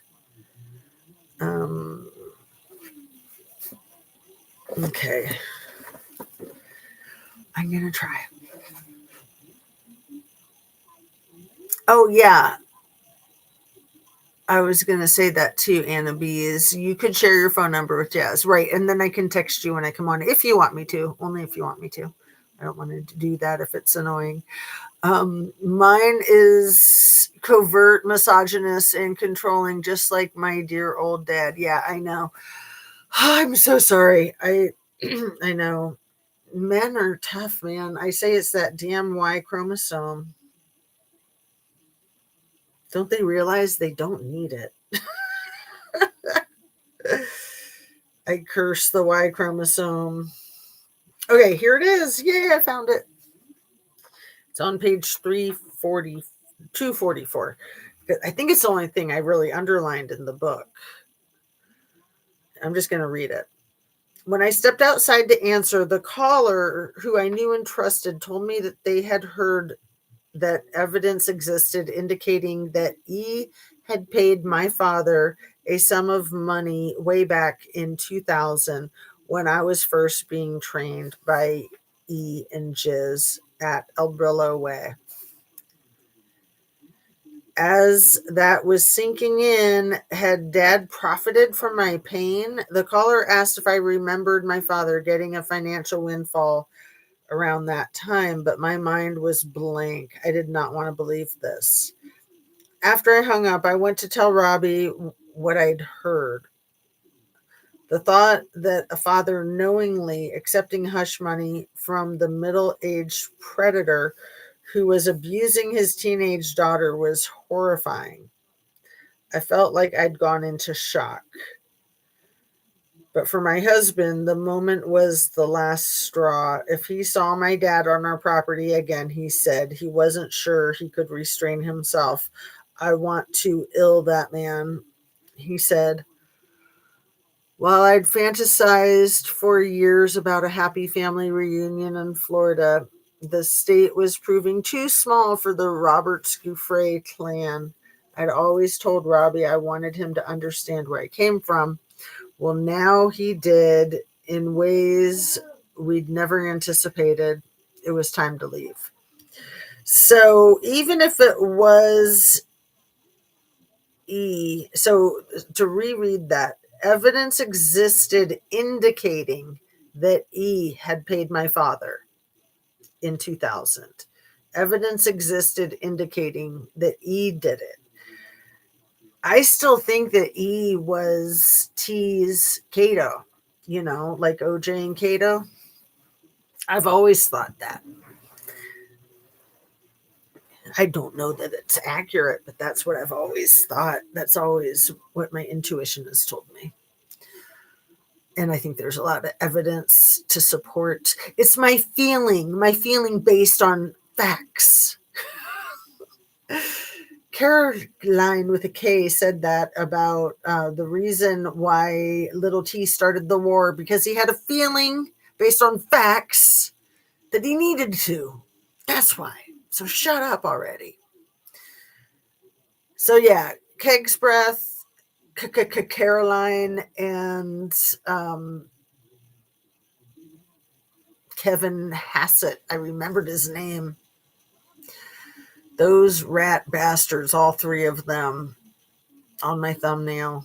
Yuck. But they need to be there. And Jon Stewart kind of balances it out, maybe. I like having Jon Stewart on my thumbnail. He's so funny.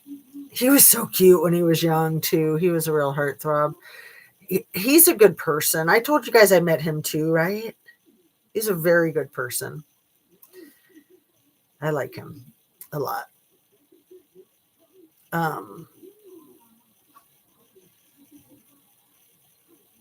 I was so lucky I had a good life. Let's see. What did I miss? Sorry. I was so lucky I had a good life with a good family. Both my parents were so good. Oh, Anna Bees, you are so lucky. I mean, honestly, I honestly feel like I had a good life as I laugh. But mostly I attribute that to my grandparents because they put a lot of stability in my life. And my mom did too. You know, when we moved in with her when we were teenagers, after the year that we lived with our like God family, my mom, she did deliver. She had a lot of shortcomings, but she had a lot of amazing qualities too. She was extremely unique. We'll just leave it at that. I love her and I miss her. So yeah, I feel like I've had a good life. I feel like what doesn't kill you makes you stronger. That's a blessing, Anna. Yeah, I'm really happy for you that you had more stability, my dear. My children are blessings, both healthy and happy in their university studies. Oh, that's very cool, Billy. Are they both in California? I've got one that's in college, one that's in middle school, one that's in the military, and one that's deliberating being in the military. I'm thinking maybe he won't do it since there's the war right now. I don't know. The one who's already in, I'm sure he would have gone in even if the war had already started. Where was I? Yeah, one of mine is in graduate school in Cincinnati. She's studying to be in occupational therapy. So she's going to have her doctorate degree in, I think, 2 years, I think.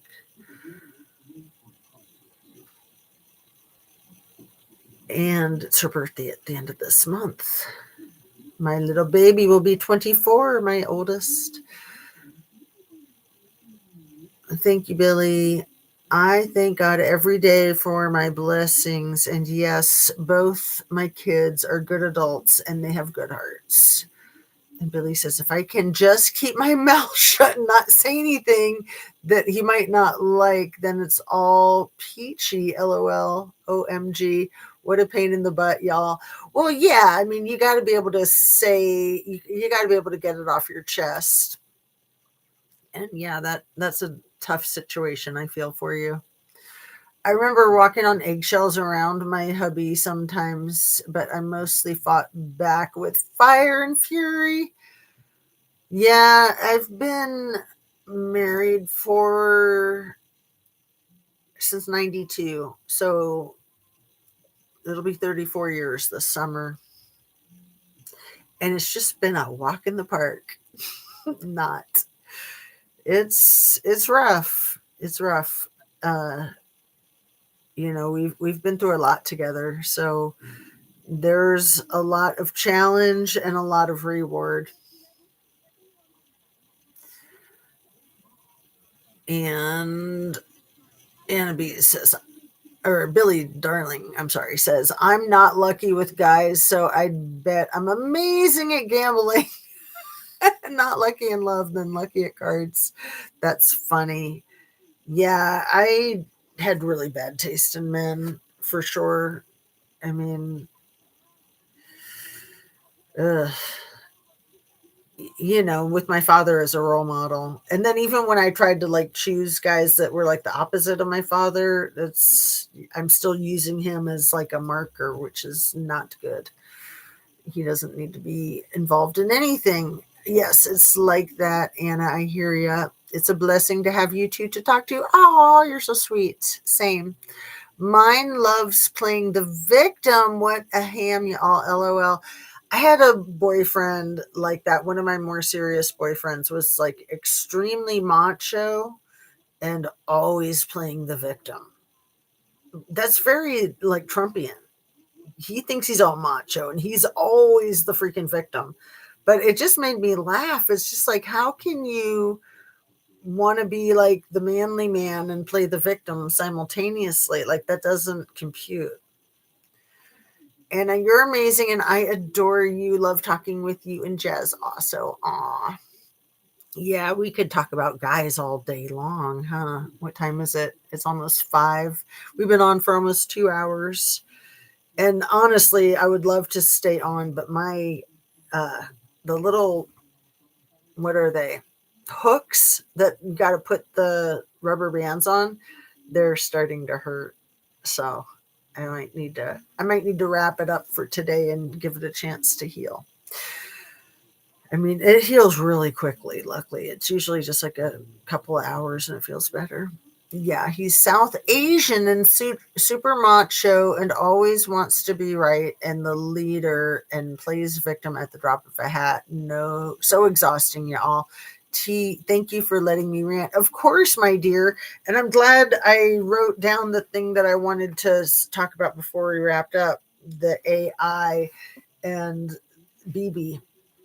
Have you guys seen other content creators like tearing it down? Because I was going to like show a little bit of a video of it. It is funny. And then that new video that he did where he's like outside with some people, I think that one is getting torn up probably as we speak. And I'm just going to guess. This is just a wild guess because I don't see anything in that video necessarily that's AI. Not that I'm an expert on AI, but I'm just going to guess that somebody's going to run it through one of those programs and the program's going to say, yeah, 97% sure that it's AI. Because I'm going to guess that he is not alive. That's going to be my guess. Because otherwise they could just say that he's not 100% and that he's in the hospital. I'm going to guess that he's been deleted and that our government doesn't want to admit that because he was the reason why we attacked Iran. And now he's gone. So why are we continuing the attack? Uh-huh. That's my guess.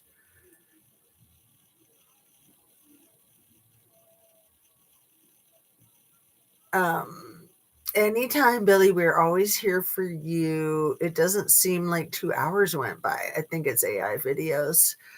I know it goes so fast, you guys. Even when my mouth is hurting, it goes so fast. I love hanging out with you too. I feel like I learn a lot. So I don't know if there's going to be a memorial in Columbus for the 3 airmen that they haven't even been brought back to America yet. The 6 airmen in that fuel plane that I just want to say got shot down. Okay, I'm just going to say it. That's my opinion. I'm allowed to have an opinion. I think that fuel plane got shot down, and I think that it was like metaphorical, that it's like this whole fight is about fuel, and so the fuel planes going down, I think they were shot down by enemy fire. That's what I think. And I think that the other fighter jets, the 3 that were shot down, a couple of weeks ago. I don't know. I don't think that we got the truth about that. I don't think we're getting the truth about anything, right?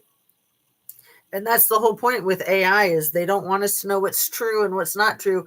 It wasn't a month ago that our dear leader said exactly that. Like, oh, well, if it's good, then we'll own it. And if it's not good, then we'll say it's AI. I mean, he always tells on himself, and especially likes to tell on himself before he does stuff. Y'all, I'm on Blue Sky with my original name, by the way. Y'all add me. I should download Blue Sky. I know I don't have Blue Sky either. Blue Ski. One of these politicians called it Blue Ski recently. It was hilarious.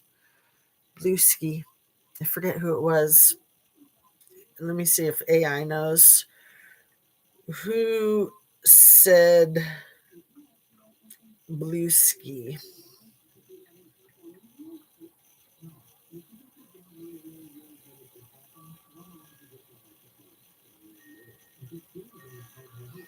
I don't think it was Mark Cuban, but that's the only person that comes up about Blue Ski.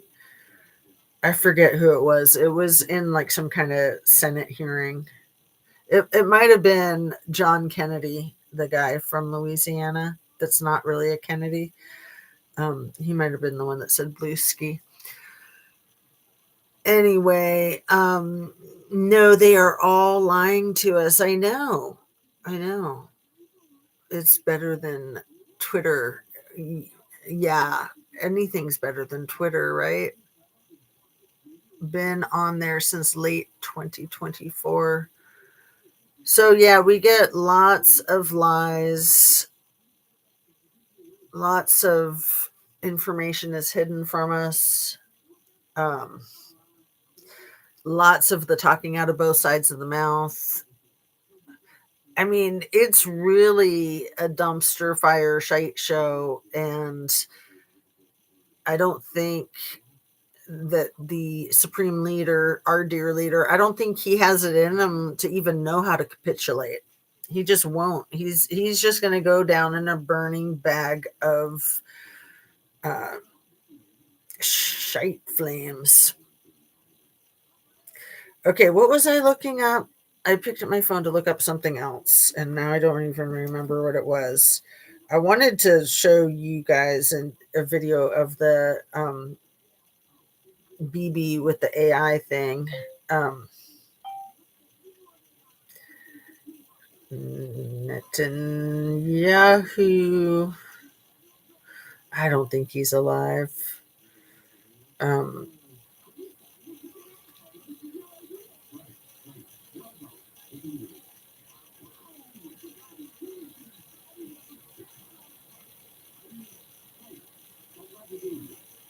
Let's see.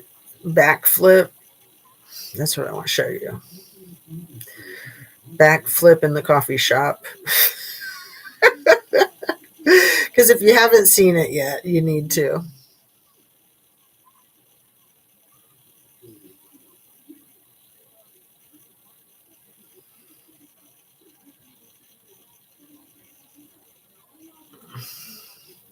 I just want the backflip part. Come on.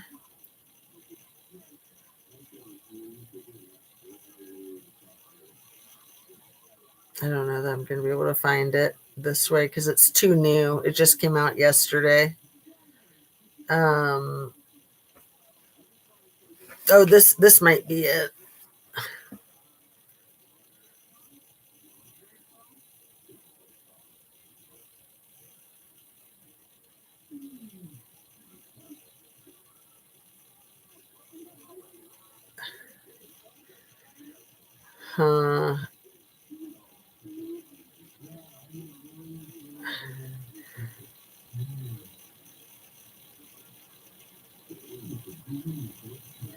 Netanyahu walks into a cafe to count his fingers. And then the truth behind the video, the truth behind it, draw your own conclusions.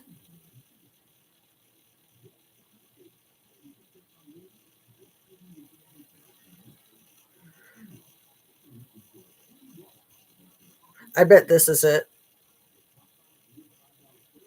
No, that's not even a video. That's just pictures. Okay, I'm going to give up. It's in the video that I put the link in the description yesterday to Trapmore. What's his channel? Trapmore Ross or something like that.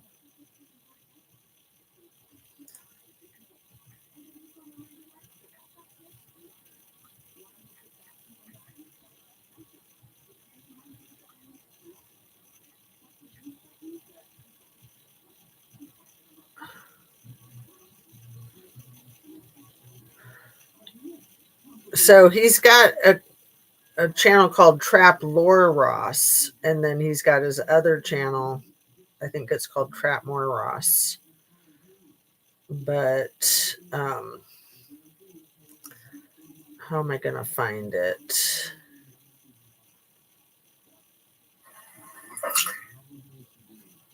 I'm going to find it by looking here. Yeah, it's called Trapmore Ross, and I can probably find it in his video.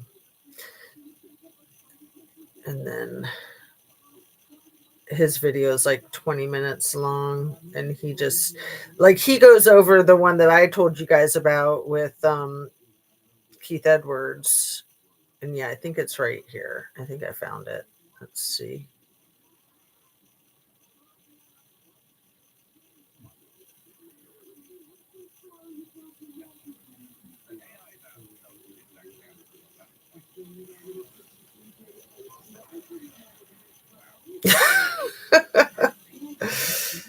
No, that's not. Wait.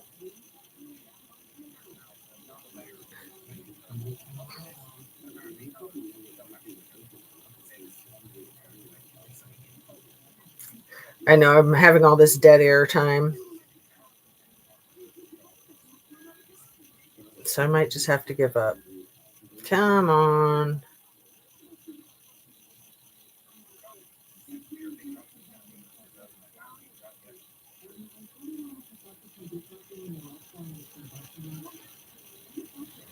Maybe it was like right towards the end of his video.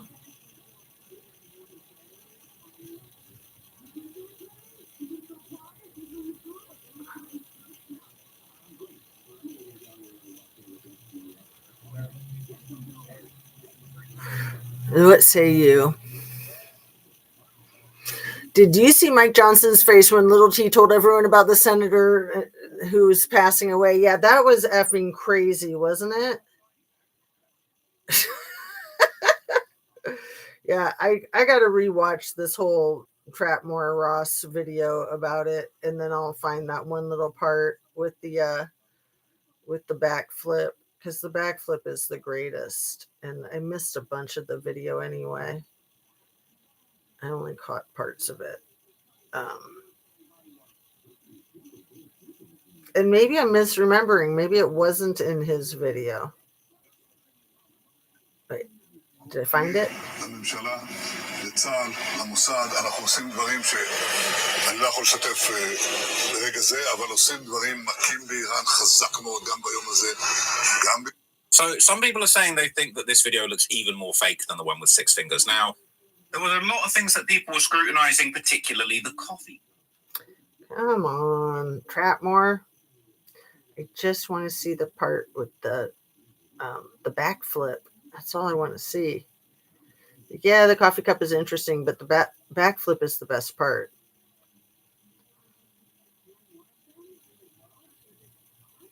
Oh, here we go. I found it. Okay. Clearly real, right? As the cup went down, clearly, absolutely real. Okay, I've been looking for this for a minute, okay? This is actually a version that's got subtitles in English because I wanted to actually know what he was saying in this video. We just had the Hebrew subtitles, but let's actually see the context of what he was saying, or at least what they're saying that he's saying. Okay, we're going to see it. So look, there's quite a few funny little memes going around about this, right? This one's going around, all right? He's flipping out, no spillage in the cup whatsoever. Okay, I wouldn't go to war with this guy. Look, the water went down, it's clearly real. Right, as the cup went down, clearly, absolutely real. Okay, I've been looking for this for a minute. Okay, this is actually a version that's got subtitles in English because I wanted to actually know what he was saying. It's right before the 7-minute mark, so I'm going to take it to 6:40. This video, we just had the Hebrew subtitles. But let's actually see the context of what he was saying, or at least what they're saying that he's saying, okay, so that we can actually work I'm out going if he's actually to referring take the sound out and then go to the 6-minute and 40-second mark. So yeah, they're showing the AI of the Ayatollah Khomeini getting his coffee from heaven, and then there, I know my. So you see him do the backflip. He's going to show it again. So he's got his coffee, and there's his. That wasn't a backflip. That was just jumping in the air.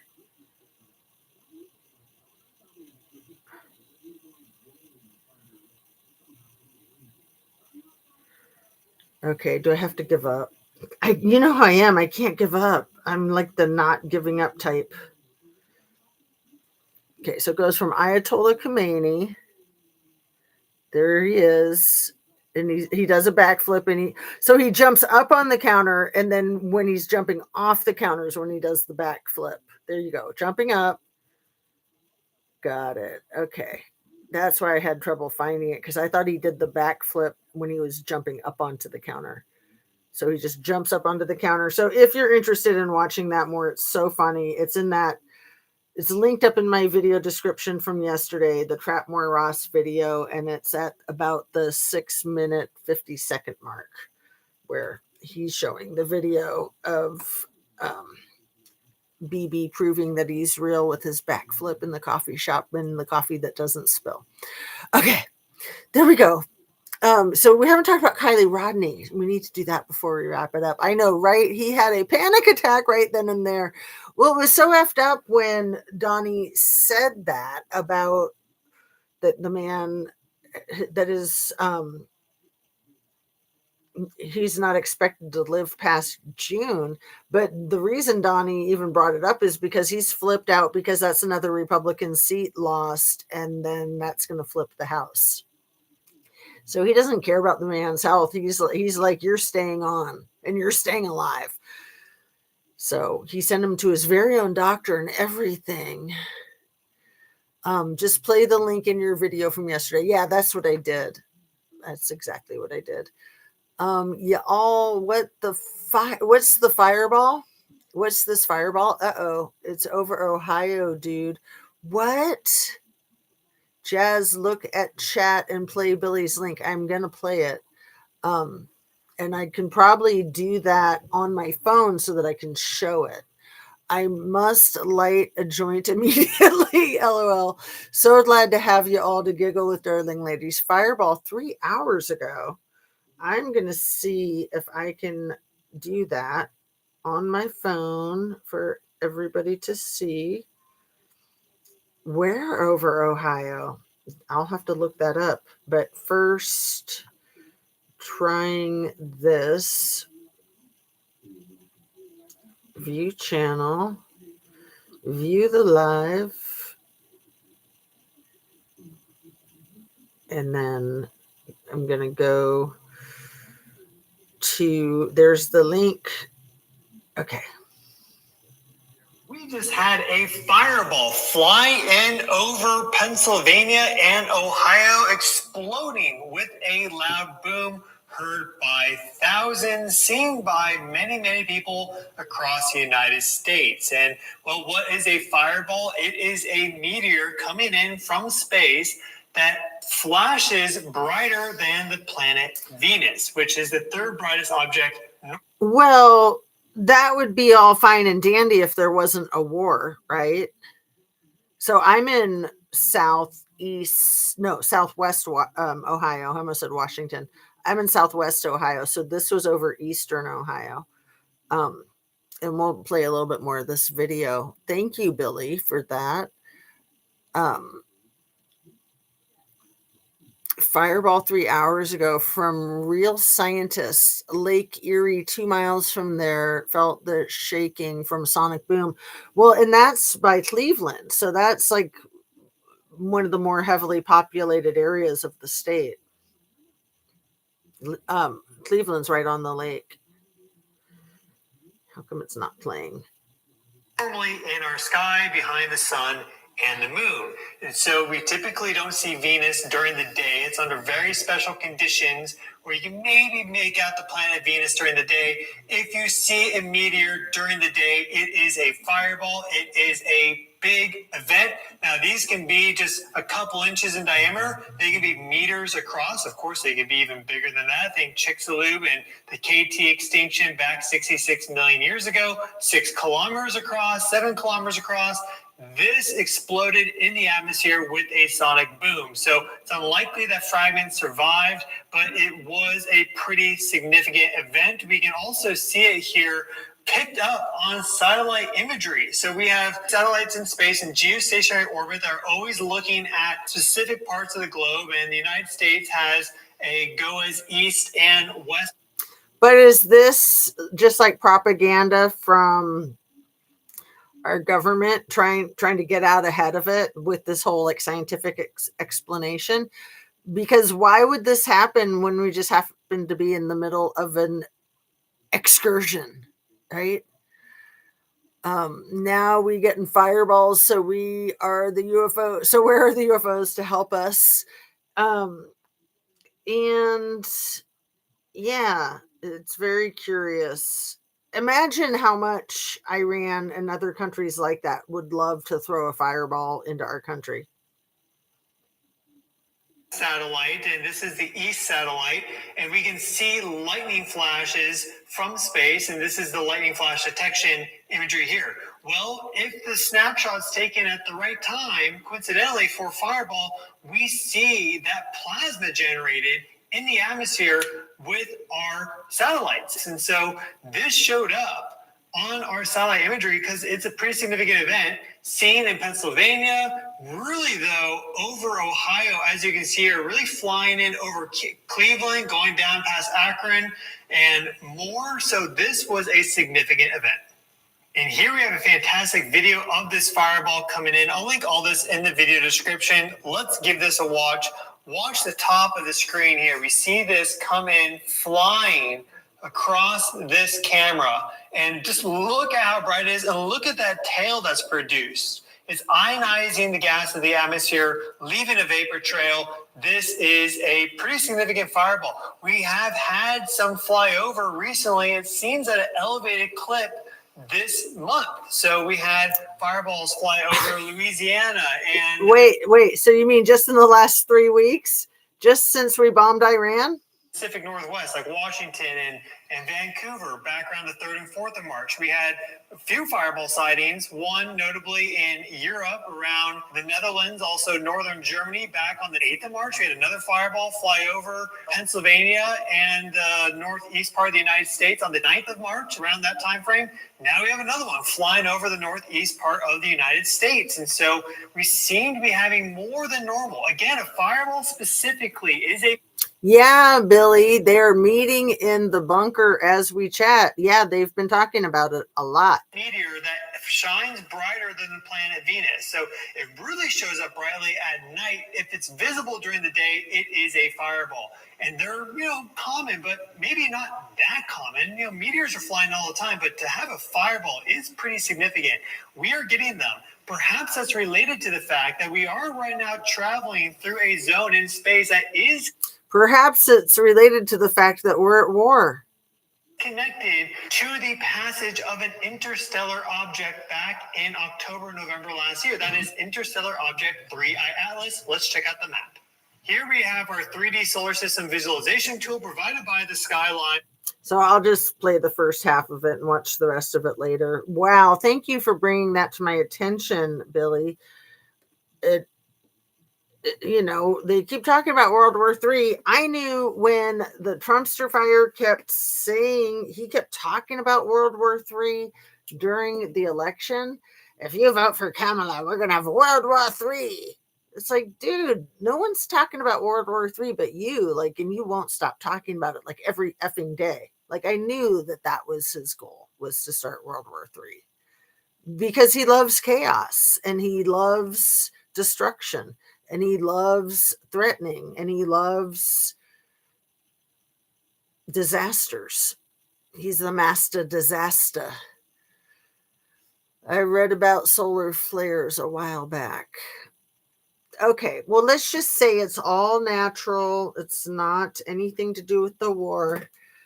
And we're going to meditate on that as we sign off and send our love to one another. And hopefully we all live through this. Seriously, I do not want the world blowing up. The situations that we've heard about already are so treacherous, like that school in Iran on day one. That was an elementary school. They never call it an elementary school. They call it a school. And yeah, because I had mentioned some ages yesterday or the day before, and I think it was one of you that mentioned ages slightly different. When I looked it up today, it was kind of hard to find an article mentioning ages, but they said most of the kids were between the ages of 8 and 12, I think. But most of means that there's some younger, some older, right? It was an elementary school. It wasn't like a middle school or a high school. I mean, not that that would make it even better or less evil, you know. Even worse is what I meant to say, of course. But the news that I heard today, and I just was like, I can't even look at that. A 2-day-old baby and the baby's mom and a toddler. 2-day-old baby in Iran. Blowed up. This is some sick crap. And nobody is going to join Donnie in this illegal war crime attack. And he just needs to be arrested already. He just needs to be not 25th Amendmented and not anything that won't take Keg's breath and all the rest of these criminals with him. These are war criminals. They all need to go. So what is it? Amendment 2, Section 4. Isn't that right? Amendment 2, Section 4. Let's look that up real quick before we sign off once and for all.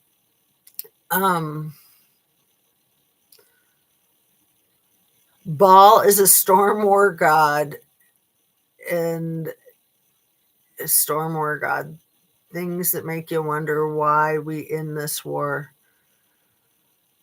Gods be jealous AF. In my brain, I'm like, what am I looking up again? I wasn't going to look up the thing about the two-day-old. That's just too treacherous. What was the thing I just said? Something about something.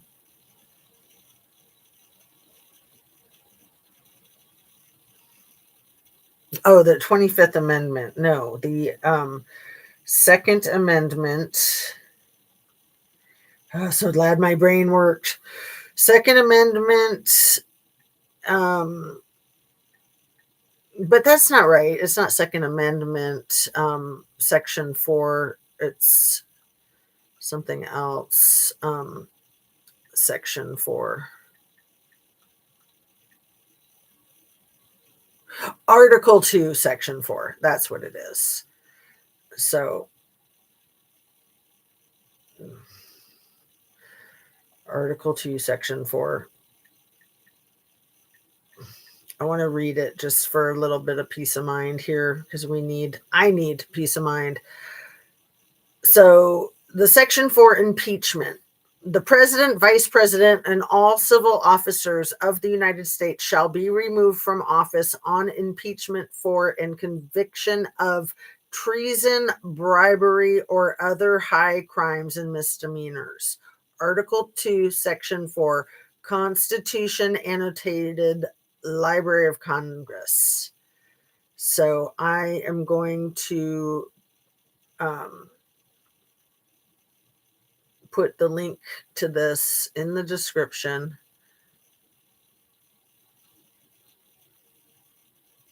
And I'm going to read a little bit more. So Article 2, Section 4. The final section of Article 2, which generally describes the executive branch, specifies that the president, vice president, and all civil officers of the United States shall be removed from office if convicted in an impeachment trial of treason, bribery, or other high crimes and misdemeanors. 2 clauses in Article 1 lay out the role of the House of Representatives and the Senate in impeachments and in trials of impeachment. In practice, impeachments by the House have been rare, and convictions after a trial by the Senate even less common. 3 presidents, 1 senator, 1 cabinet officer, and 15 judges have been impeached. And of those, only 8 judges have been convicted and removed from office. Okay, I'll stop reading there. I'm putting this link in the description. And